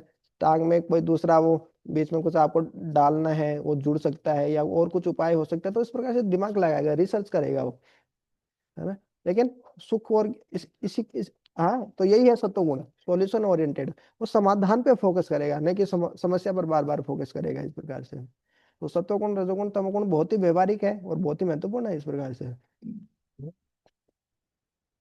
तो भगवान बता दिए कि भाई देखो, सत्वगुण में होगा व्यक्ति ऊपर के लोकों में जाएगा, रजोगुण तमोगुण में मरेगा तो सकाम कर्मियों के बीच में मरेगा, या कोई पशु बनेगा। अब देखिए सुअर बन गए, फिर घूम रहे हैं आराम से, हैं। फिर कोई कसाई आके गर्दन पकड़ के ले जाता है, फिर कितने जोर से आवाज करता है सुअर। उस तरीके से हमको पकड़ा होगा, हम भी कभी सुअर बने होंगे, अलग अलग जानवर बने होंगे, हमको भी काटा होगा कसाई ने। तो इतना सब कुछ हम निम्न योनियों में जाके आए हैं, फिर भी ऐसे काम करेंगे, भगवत भक्ति नहीं करेंगे, शास्त्र नहीं पढ़ेंगे, ये ज्ञान दूसरों को नहीं बताएंगे, तो तमोगुण में ही रह जाएंगे, अभी रजोगुण तमोगुण में ही। तो हमारी भी फिर वही गति होनी है। तो इसका लोगों को बताना ये मतलब अर्जेंसी है। लोग बोलते थे कि मतलब ये भगवत गीता बाबा ठीक है बुढ़ापे में करो, ये भक्ति भक्ति है, तो क्या जरूरत है इतना। लेकिन प्रभुपाद जी का जो मनोभाव है, प्रभुपाद जी की जब ये तात्पर्य पढ़ते हैं, तो इसमें एक अर्जेंसी आती है, नहीं अभी करना है, अभी करना है, ये बुढ़ापे की चीज नहीं है, और ये बहुत महत्वपूर्ण काम है, मतलब इस तरीके से। तो इस प्रकार से, है ना, ऐसे भक्तों का संग करना, ऐसे ही तात्पर्य पढ़ना, ऐसे ही जो लेखक के जो तात्पर्य हैं श्रील प्रभुपाद जी के हमारे पास में, ऐसे अच्छा और क्या ही हो सकते हैं। तो तभी तो 70 साल की उम्र में भी एक बूढ़ा व्यक्ति इतना बड़ा आंदोलन खड़ा कर दिया। कितना उत्साह, मतलब कितना उनको लग रहा है कि नहीं प्रचार होना ही चाहिए, भगवत भक्ति के बिना लोग नरक जा रहे हैं, मतलब नरक में पूरी स्पीड में नरक जा रहे हैं बोले। तो इस प्रकार वो व्यक्ति को पूरी समझ है गीता भागवत की, सब चीज की, आध्यात्मिक, तभी तो उतना अर्जेंसी फील कर पा रहे हैं ना, कि भाई तो सतोगुण में मरेगा तो ऊपर के लोग जाएगा, रजोगुण तमोगुण में वो पशु योनि को प्राप्त करेंगे, लोग किस प्रकार से नरक जा रहे हैं बोले बिना भगवत भक्ति के। तो इस प्रकार से। हम्म। कर्मणः सुकृतस्याहुः सात्विकं निर्मलं फलं रजसस्तु फलं दुःखं ज्ञानं तमसः फलम्। पुण्य कर्म का फल शुद्ध होता है और सात्विक कहलाता है, लेकिन रजोगुण में संपन्न कर्म का फल दुख होता है, और तमोगुण में किए गए कर्म मूर्खता में प्रतिफलित होते हैं। हम्म। प्रतिदिन हमारे सामने समस्याएं आती हैं, बहुत सारे निर्णय हमको लेने होते हैं। तो हम क्या होते हैं, जब सात्विक गुण में होते हैं, तो हम ऐसा काम करते हैं कि उसका फल शुद्ध होता है, अच्छा काम करते हैं, उसका अच्छा रिजल्ट मिलता है हमको। और रजोगुण में होते हैं तो क्या होता है, रजोगुण में जैसे एकदम से दिख गया हमको, पाव भाजी दिख गई, चाउमीन दिख गई, पिज्जा दिख गया, है ना, और आलू परांठा दिख गया, तो एकदम से टूट पड़ेंगे, खा लिए 10-15, है ना। रजोगुण में है व्यक्ति, है ना, उसको फल से बहुत आ सकता है, उसको खाने से बहुत आ सकती है ना। और रजोगुण वाला भोजन ज्यादा मिर्ची ज्यादा तीखा इस प्रकार से खा लिया, तो उसका परिणाम क्या होगा, दुख, दुख ही मिलेगा उसको, कष्ट ही मिलेगा। सत्वगुण में रहेगा एकदम, दूध दही खाएगा, है ना, रसीला खाएगा एकदम, है ना, बाजरे की रोटी खाएगा, इस प्रकार से कोई अच्छी चीज खाएगा जो उसको क्या है, डाइजेशन में हेल्प करेगी उसको, पाचन क्रिया अच्छी होगी, वो सात्विक है, उसको सुख मिलेगा उसको। कम खाएगा, कम नहीं, जितना जरूरत है रेगुलेटेड खाएगा, ज्यादा कम भी नहीं खाएगा और बहुत ज्यादा भी नहीं खाएगा, इस प्रकार से। तो हर चीज में है मतलब, ऐसा नहीं कि केवल खाने के मामले में सतुगुण रजोगुण तमोगुण, हर कार्य में। जैसे हमारे जीवन में कोई कार्य करना है, ये काम करूं कि नहीं करूं, तो सत्वगुण वाला व्यक्ति अलग तरीके से सोचता है, रजोगुण वाला व्यक्ति अलग तरीके से सोचता है, और तमोगुण वाला व्यक्ति अलग तरीके से सोचता है। सतोगुण वाला क्या होता है, समा समाधान के प्रति उसका फोकस रहता है, सॉल्यूशन ओरिएंटेड कॉन्शियसनेस रहती है उसकी, समाधान की ओर उसकी चेतना होती है। और रजोगुण वाले की क्या, समस्या के प्रति उसकी चेतना होती है, समस्या पे फोकस करता है, ये हो गया, ये हो गया, ये हो गया, ऐसा। और तमोगुण वाला व्यक्ति तो मूर्खतापूर्ण कार्य करता है, मतलब जो उसको नहीं करना चाहिए वो करेगा, मतलब। हाँ, तो बोले कि जैसे नशा नहीं करना चाहिए वो करेगा, है ना, और ज्यादा सोना नहीं चाहिए वो सोएगा, है ना? तो जो नहीं करना चाहिए वो करेगा, क्योंकि अज्ञान में है ना, उसको तो तुरंत मजा चाहिए, या फिर ऐसा मजा चाहिए मतलब जिसमें बस मोह में पड़ा है, उसको आलस्य निद्रा प्रमाद इस प्रकार से मूर्खता में प्रतिफलित होते हैं, इस प्रकार से।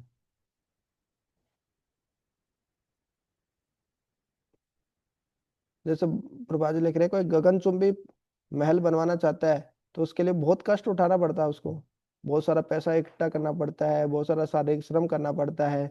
तो ये रसव रजोगुण के दिन होते हैं सारे काम। हाँ, तमोगुण में तो उसको मतलब ही नहीं है, कुछ ज्ञान ही नहीं है, उसके समस्त कार्य दुखदायक होते हैं, और बाद में पशु जीवन उसको मिलता है, इस प्रकार से।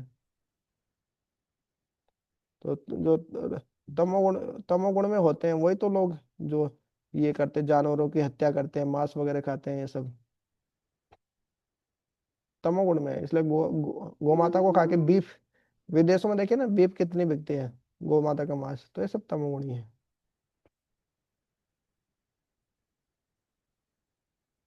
हम्म।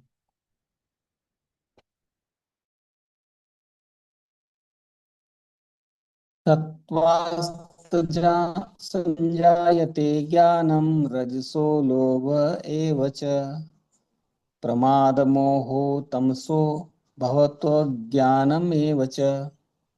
सतोगुण से वास्तविक ज्ञान उत्पन्न होता है, रजोगुण से लोभ उत्पन्न होता है, और तमोगुण से अज्ञान, प्रमाद और मोह उत्पन्न होता है। हरे हम्म। कृष्ण। हरे कृष्ण। तो ये समराइज कर दिया अभी, फिर से सारांश दे दिया। हाँ, पहले सतोगुण रजोगुण तमोगुण के बारे में बताया कि कैसे कैसे बांधते हैं, फिर एक श्लोक में बता दिया कि तीनों एक साथ बता दिया कैसे बांधते हैं। फिर अभी बताया कि सतोगुण रजोगुण तमोगुण तीनों में आपस में कंपटीशन चलता है। और सतोगुण के क्या लक्षण, जब रजोगुण प्रकट होता है तो कैसा होता है, तमोगुण प्रकट होता है तो कैसा होता है। फिर बता दिए कि सत्वगुण वाले व्यक्ति कहाँ जाते हैं, उच्च लोकों में जाते हैं, महर्षियों के लोकों में। रजोगुण वाले सकाम कर्मियों के बीच में, जो तमोगुण वाले हैं वो पशु योनि को प्राप्त करते हैं। फिर उनका समराइज कर दिया कि देखो, सत्वगुण से ज्ञान उत्पन्न होता है, रजोगुण से लोभ उत्पन्न होता है, प्रमाद, प्रमाद मोह और अज्ञान ये सब तमोगुण से उत्पन्न होते हैं, इस प्रकार से सारांश दे दिया।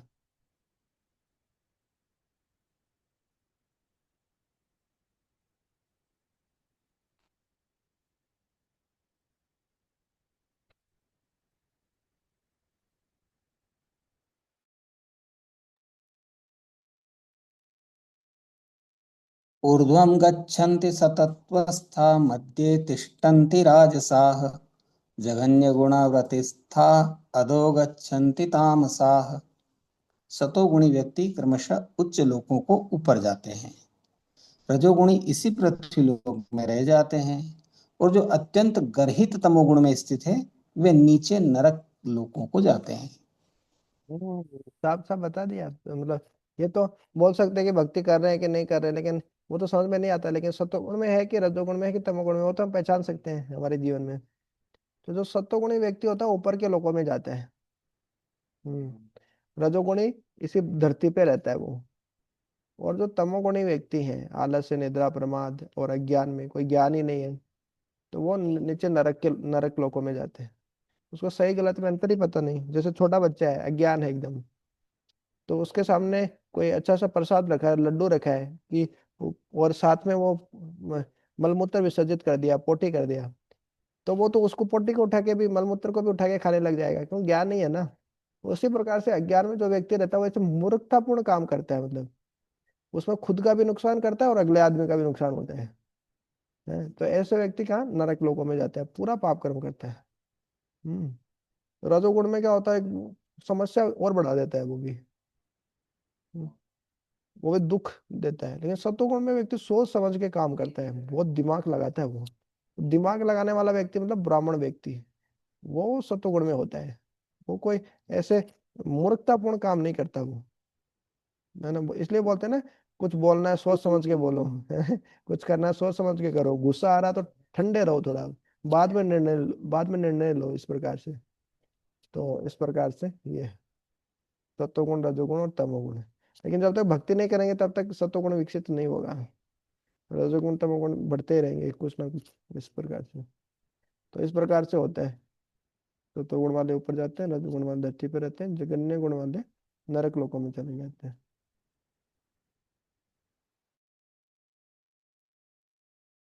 नान्यं गुणेभ्य कर्तारं यदा द्रष्टानुपश्यति गुणेभ्यश्च परं वेत्ति मद्भावं सोऽधिगच्छति। जब कोई यह अच्छी तरह जान लेता है कि समस्त कार्यों में प्रकृति के तीनों गुणों के अतिरिक्त अन्य कोई करता नहीं है, और जब वो परमेश्वर को जान लेता है तो इन तीनों गुणों से परे है, तो वह मेरे दिव्य स्वभाव को प्राप्त होता है। हम्म जब कोई व्यक्ति अच्छे से तरह जान लेता है कि समस्त कार्यों में प्रकृति के तीन गुणों के अतिरिक्त अन्य कोई करता नहीं है, प्रकृति तीन गुण ही करवाते हैं वास्तव में, जीवात्मा भी इच्छा करते हैं लेकिन काम प्रकृति के तीन गुण ही करवाते हैं। और जब वह परमेश्वर को जान लेता है, जो तीनों गुणों से परे है, भगवान तीनों गुणों से परे है, तो वो बोले, भगवान बोले मेरे दिव्य स्वभाव को प्राप्त करता है वो, मतलब भगवान के धाम चला जाता है व्यक्ति। हम्म तो तीनों गुणों को जानना, और तीनों गुण ही हमसे सारे कार्य करवा रहे हैं, भगवान तीनों गुण से परे हैं, ये सब जानने से व्यक्ति क्या होता है, भगवत धाम चला जाता है।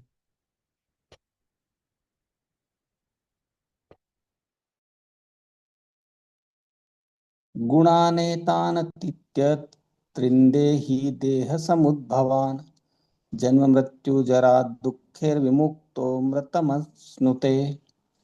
जब देहधारी जीव भौतिक शरीर से संबंध इन तीनों गुणों को लांघने में समर्थ होता है, तो वह जन्म मृत्यु बुढ़ापा तथा अनेक कष्टों से मुक्त हो सकता है और इसी जीवन में अमृत का भोग कर सकता है।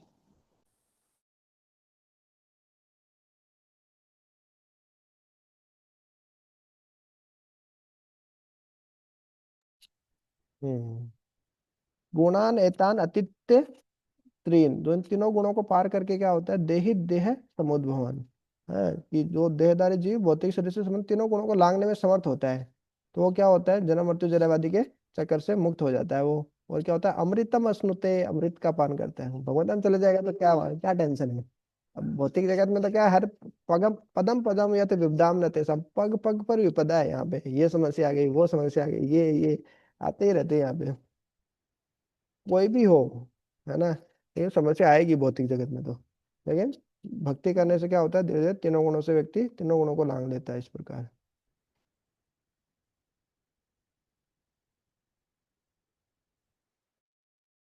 अर्जुन उवाच केरलिंगे स्त्रीन् गुणानेतान् तीतो भवति प्रभो किमाचार कथम चेता स्त्रीन् गुणानति वर्तते। अर्जुन ने पूछा है भगवान, जो इन तीनों गुणों से परे है वह किन लक्षणों के द्वारा जान जाता है, उसका आचरण किन लक्षणों द्वारा जाना जाता है, उसका आचरण कैसा होता है और वह प्रकृति के गुणों को किस प्रकार लांघता है। तो अर्जुन ने प्रश्न पूछ लिया कि भाई, हाँ भगवान आप बता तो रहे हैं कि तीनों गुणों को जो परे है, भाई वो भगवत धाम चला जाता है, लेकिन पता कैसे चले कि मतलब कौन तीनों गुणों के परे है, उसका आचरण कैसा होता है, व्यवहार कैसा होता है, और वो कैसे तीनों गुणों को पार कैसे कर लेता है, मतलब स्वाभाविक सा प्रश्न आएगा ना। पहले सत्वगुण रजोगुण तमोगुण के बारे में बता दिया, सत्वगुण वाले ऊपर के लोगों को जाते हैं, रजोगुण वाले यहीं रहते हैं, तमोगुण वाले नीचे के लोगों को जाते हैं।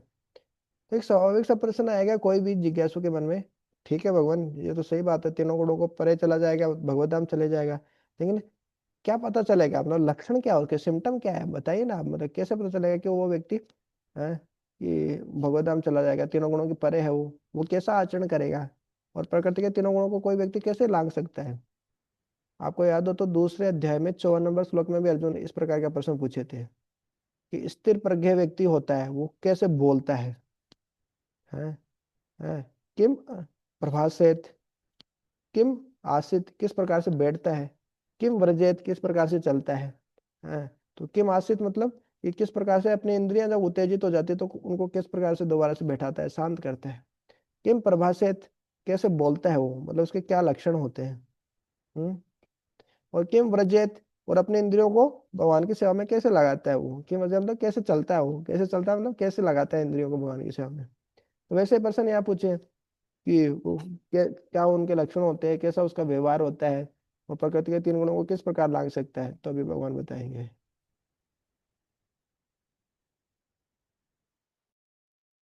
श्रीभगवानुवाच प्रकाशं च प्रवृत्तिं च मोहमेव च पाण्डव न द्वेष्टि सम्प्रवृत्तानि न निवृत्तानि काङ्क्षति उदासीन उदासीनवदासीनो गुणैर्यो न विचाल्यते गुणा वर्तन्त इत्येवं योऽवतिष्ठति नेङ्गते समदुःखमसुखस्वस्थसमलोष्टाश्मकाञ्चन तुल्यप्रिया प्रियो धीरस्तुल्यनिन्दात्मस्तुतिः मानापमानयोस्तुल्य तुल्यो मित्रापरिपक्षयो सर्वारम्भपरित्यागी गुणातीतः स उच्यते।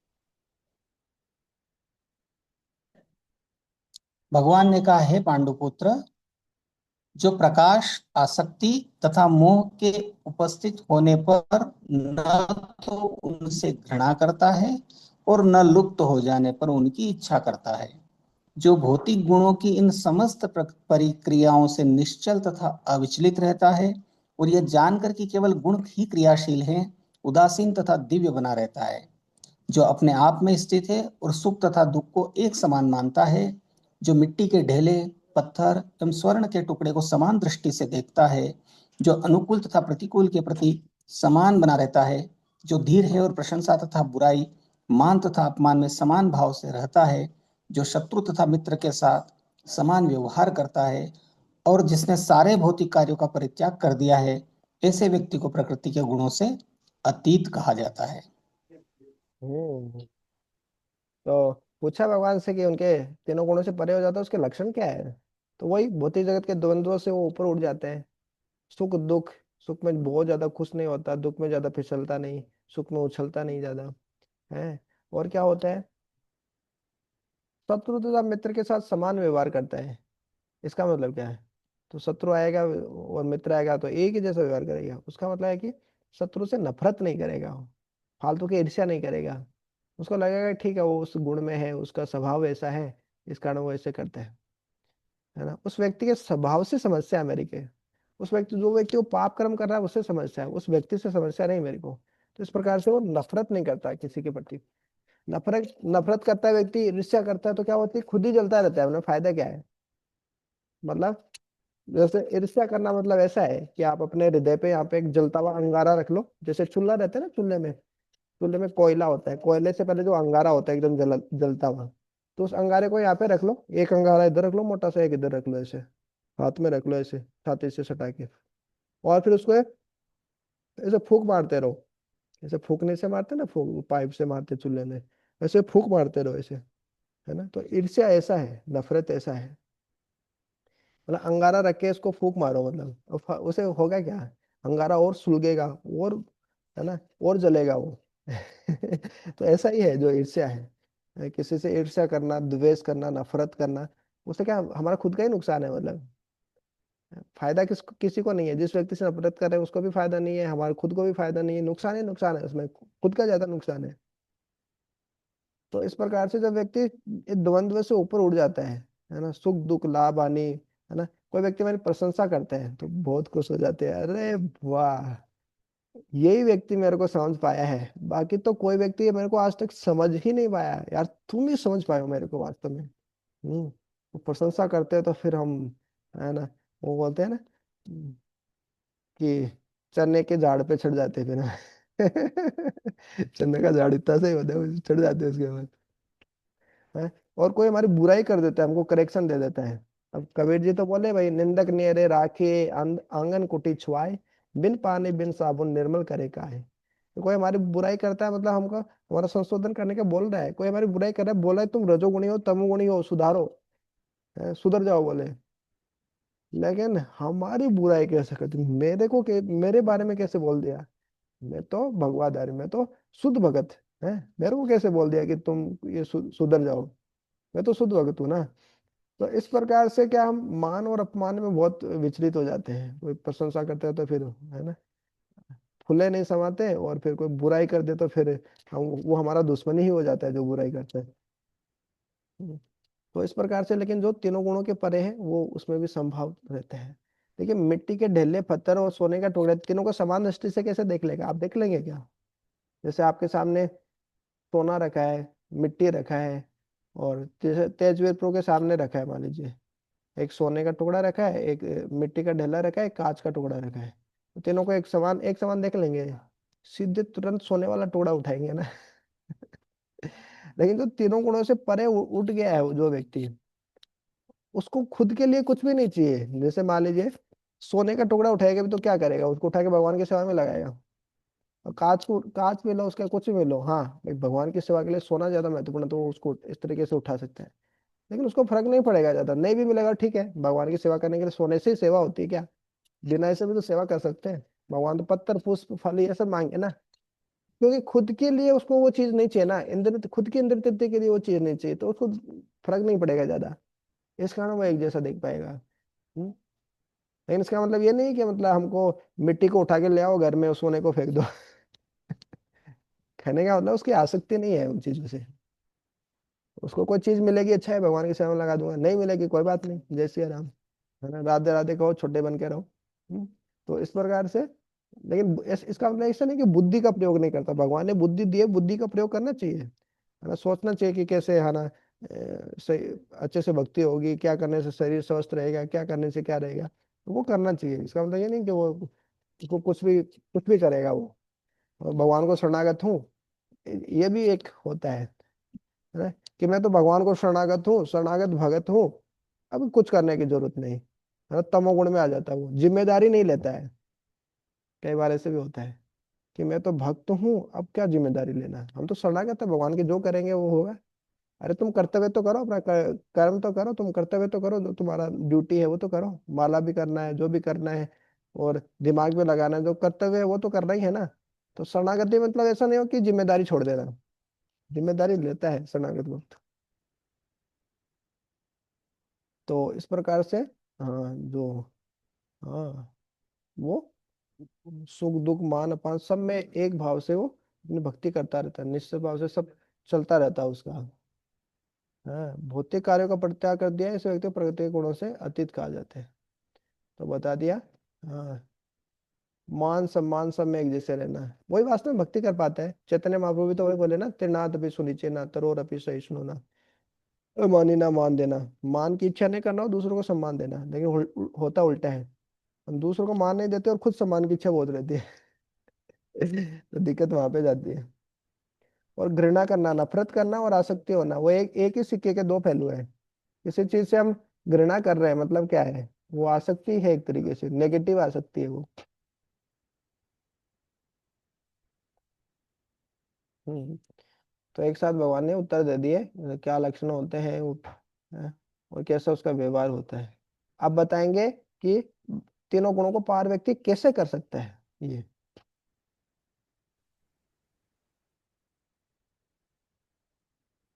मां च यो व्यभिचारेण भक्ति योगेन सेवते सगुणान् समतीत्य तान् ब्रह्म भूयाय कल्पते। जो समस्त परिस्थितियों में अविचलित भाव से पूर्ण भक्ति में प्रवृत्त होता है, वह तुरंत ही प्रकृति के गुणों को लांघ जाता है और इस प्रकार ब्रह्म के स्तर तक पहुंच जाता है। हम्म। तो तीनों गुणों को व्यक्ति कैसे लांघ सकता है, भगवत धाम कैसे जा सकता है ना? सत्वगुण में रहेगा तो भौतिक जगत में रहेगा, ऊपर के लोकों में जाएगा, लेकिन भगवत धाम नहीं जाएगा। तो लेकिन जो मेरी अव्यभिचारी भक्ति करेगा, भक्ति योग के द्वारा जो मेरी सेवा करेगा। अव्यभिचारी मतलब, व्यभिचार मतलब क्या होता है? व्यभिचार मतलब प्रोस्टिट्यूट, प्रोस्टिट्यूशन। जैसे कोई स्त्री है, व्यभिचारी है, मतलब उसके बहुत सारे पुरुषों के साथ वो संग संग है उसका, एक पतिव्रता नहीं है, सती नारी नहीं है वो। वैसे ही अव्यभिचारिणी में भक्ति मतलब केवल भगवान की भक्ति करेगा, भगवान की ही शरणागति होगा। ऐसा नहीं कि चलो भगवान हमारी इच्छा पूरी नहीं की है तो चलो दूसरे भगवान के पास चले जाते हैं, है ना? हमारे गुरुदेव पूरी इच्छा नहीं की, दूसरा गुरु बदल लेते हैं, है ना? तो इस प्रकार से सब कुछ एकदम पूरी व्यभिचारी भक्ति है, कोई शरणागति ही नहीं है मतलब।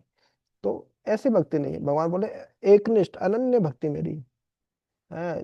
तो इस प्रकार से बिना विचलित हुए जो मेरी भक्ति योग के द्वारा मेरी सेवा करता है, वो तीनों गुणों को पार करके ब्रह्म भूत के स्तर पे आ जाते हैं। अब लेकिन प्रश्न आ सकता है, अरे ब्रह्म तो नीचे होता है, ब्रह्म परमात्मा भगवान भक्ति कर रहा है तो वो ब्रह्म के स्तर पे कैसे आएगा? तो भगवान अगले श्लोक में बताएंगे, अरे ब्रह्म भी मेरा ही है, वहां पे आके फिर वो ऊपर भी चला जाएगा। इस प्रकार से ब्रह्म का मतलब खाली ये है कि वो तीनों गुणों को पार कर जाएगा। इस प्रकार से।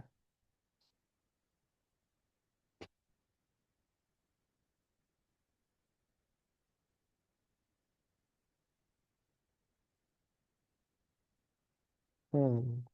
तो ब्रह्म ब्रह्म क्या होता है, ब्रह्म ज्योति क्या है, ब्रह्म स्तर क्या है, उसके बारे में भगवान बता रहे हैं। ब्रह्मणो हि प्रतिष्ठा अहं मृत्याशवयस्य च शाश्वतस्य च धर्मस्य सुखस्यैकान्तिकस्य च। और मैं ही उस निराकार ब्रह्म का आश्रय हूँ जो अमर्त्य, अविनाशी तथा शाश्वत है और चरम सुख का स्वाभाविक पद है। हरे कृष्णा। हरे कृष्ण। तो ब्रह्म मतलब ऐसे मत सोचिए निराकार, ब्रह्म ज्योति में जाके मिल जाएंगे, निराकार हो जाएंगे, इस प्रकार से नहीं। ब्रह्मणो ही प्रतिष्ठा अहम, जो निराकार ब्रह्म है वो मेरा ही आश्रय लिए, भगवान के शरीर से जो अंग कांति है, जो शरीर से जो लाइट निकलती है, वही तो ब्रह्म ज्योति। तो भगवान बोल रहे हैं कि जो निराकार ब्रह्म का आश्रय मैं ही हूँ, उसका प्रतिष्ठा उसका मैं ही हूँ, वो मेरे मेरे से ही वो है निराकार ब्रह्म है। जो क्या है निराकार ब्रह्म? अमर अमृत्य है, अविनाशी है तथा शाश्वत है, वो दिव्य ही है। ब्रह्म ज्योति भी दिव्य ही होती है, भगवान की शरीर से कांति निकलती है। ब्रह्म परमात्मा और भगवान, तो जो ब्रह्म है वो भी दिव्य है, सब कुछ है, सच्चित आनंद है, लेकिन बहुत कम मात्रा, आनंद बहुत कम मात्रा में है। आनंद बहुत है भौतिक जगत की तुलना में, दिव्य है, लेकिन आध्यात्मिक जगत की तुलना में, भगवान के धाम की तुलना में बहुत कम आनंद है, इस प्रकार से। हम्म। और क्या है, चरम सुख का स्वाभाविक पद है। चरम सुख तो है, दिव्य सुख है। तो इस प्रकार से भगवान ब्रह्म की स्थिति को भी बता दी है ना? भगवान आगे बताएंगे, ब्रह्म भूत प्रसन्नात्मा न सोचती न कांक्षति, है? सम सर्वभूतेषु मद भक्ति लभते पराम। इस प्रकार जो ब्रह्म भूत में स्थित हो जाता है, तीनों गुणों से परे चला जाता है, तो उसके बाद में क्या होता है, मद भक्ति लभते पराम, मेरी भक्ति को प्राप्त करता है। तो ब्रह्म स्तर के ऊपर है भक्ति, है? तो ये आगे बताएंगे। हालांकि यहाँ पे ये बताया है कि जो अव्यभिचारिणी भक्ति करते हैं वो तीनों गुणों को पार कर जाते हैं और ब्रह्म भूत स्तर पे आ जाते हैं। तो ब्रह्मभूत स्तर मतलब वही है कि आध्यात्मिक स्तर पे आ जाते हैं, तीनों गुणों को पार करके। और ये बताने के लिए कि ब्रह्मभूत भी अलग नहीं है मेरे से, वो भी उसका प्रतिष्ठा मैं ही हूँ, ब्रह्मणो ही प्रतिष्ठा है हम। हम्म। अमृतस्य अव्ययस्य शाश्वतस्य धर्मस्य सुखस्य कांतिके। तो ये आध्यात्मिक जगत की विशेषता है, अविनाशी शाश्वत जैसे हम हैं, सच्चिदानंद आत्मा जैसे हैं। तो इसी के साथ भगवद गीता के ये 14वें अध्याय प्रकृति के 3 गुण और भक्ति वेदांत तात्विक पूर्ण, ये अध्याय हमारा कंप्लीट हुआ। हम्म। बहुत ही महत्वपूर्ण अध्याय था। हाँ। तो इसमें हमने क्या देखा?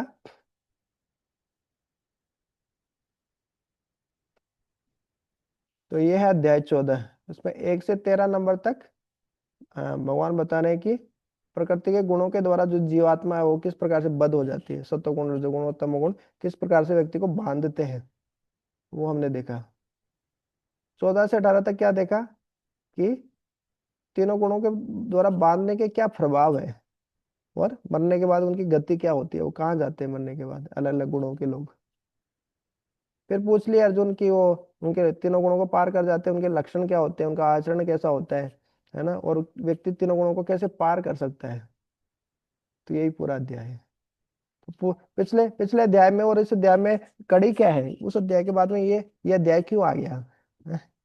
तो पिछले अध्याय में प्रकृति पुरुषता चेतना था, इसमें भौतिक प्रकृति के तीन गुण। तो पिछले अध्याय में हमने देखा ना, पुरुष पुरुषः प्रकृतिस्तो ही भुंक्ते प्रकृति जान गुणान कारणम गुण संगोष्य सद असद योनि जन्म सुख। उसमें बताया था कि जो पुरुष है प्रकृति के तीनों गुणों में भोग करता हुआ, एंजॉय करता हुआ क्या होता है? कारणम गुण संगोष्य, प्रकृति के गुणों के कारण क्या होता है, सत्वगुण रजोगुण तमोगुण का सद या असद योनि में जन्म होता है उसका, या तो अच्छे परिवार में जन्म होता है या बेकार परिवार में जन्म होता है, या तो सुअर बन जाता है या मनुष्य बन जाता है। इस प्रकार से अलग अलग योनियों में गुणों के संग के कारण उसका जन्म होता है। तो अब ये गुण क्या होते हैं तो इसके बारे में बताना जरूरी है ना, तो भगवान ने इस अध्याय में तीनों गुणों के बारे में भगवान बता दिया। तो पिछले अध्याय में और इस अध्याय में ये कनेक्शन है। और भक्ति करने से क्या व्यक्ति तीनों गुणों को पार कर सकता है, ये इसमें भगवान तीनों गुणों के बारे में बताए, उनके क्या लक्षण है, वो तीनों गुणों में व्यक्ति है ना कहाँ कहाँ जाता है, उनकी गति क्या होती है, और व्यक्ति तीनों गुणों को पार कैसे कर सकता है, और उसके लक्षण क्या है ना, कि तीनों गुणों को पार कर लिया कोई व्यक्ति तो उसके लक्षण, उसके आचरण कैसा होगा, द्वंद्व में किस प्रकार से समान रहेगा, ये सब। तो 1 से 13 में ये था कि अलग अलग गुण किस प्रकार से बांधते हैं। भगवान बोले कि ये सबसे गुह्य ज्ञान दे रहा हूँ मैं, इसको जानने के बाद क्या, जो बहुत सारे मुनि है वो मेरे धाम आ गए, और आप भी जान लेंगे, मतलब आप भी भगवान के धाम चले जाएंगे। हाँ। तो भगवान बोले कि भगवान और प्रकृति में संबंध क्या है, भगवान बोले हम बीज प्रदा पिता, मैं इस प्रकृति को बीज प्रदान करने वाला पिता हूँ, मेरे बिना प्रकृति का कोई अस्तित्व नहीं। इस प्रकार से सर्वयोनिषु कौन्तेय ये मूर्ति संभवंती या तसा ब्रह्म हद्योनि हम बीज प्रदा पिता। ये सतोगुण रजोगुण तमोगुण के बारे में पूरा बताया, और सतोगुण रजोगुण तमोगुण कैसे बांधते हैं, तीनों के बीच में कंपटीशन चलता रहता है, कभी सतोगुण ज्यादा हो जाता है, कभी रजोगुण, कभी तमोगुण, इस प्रकार से।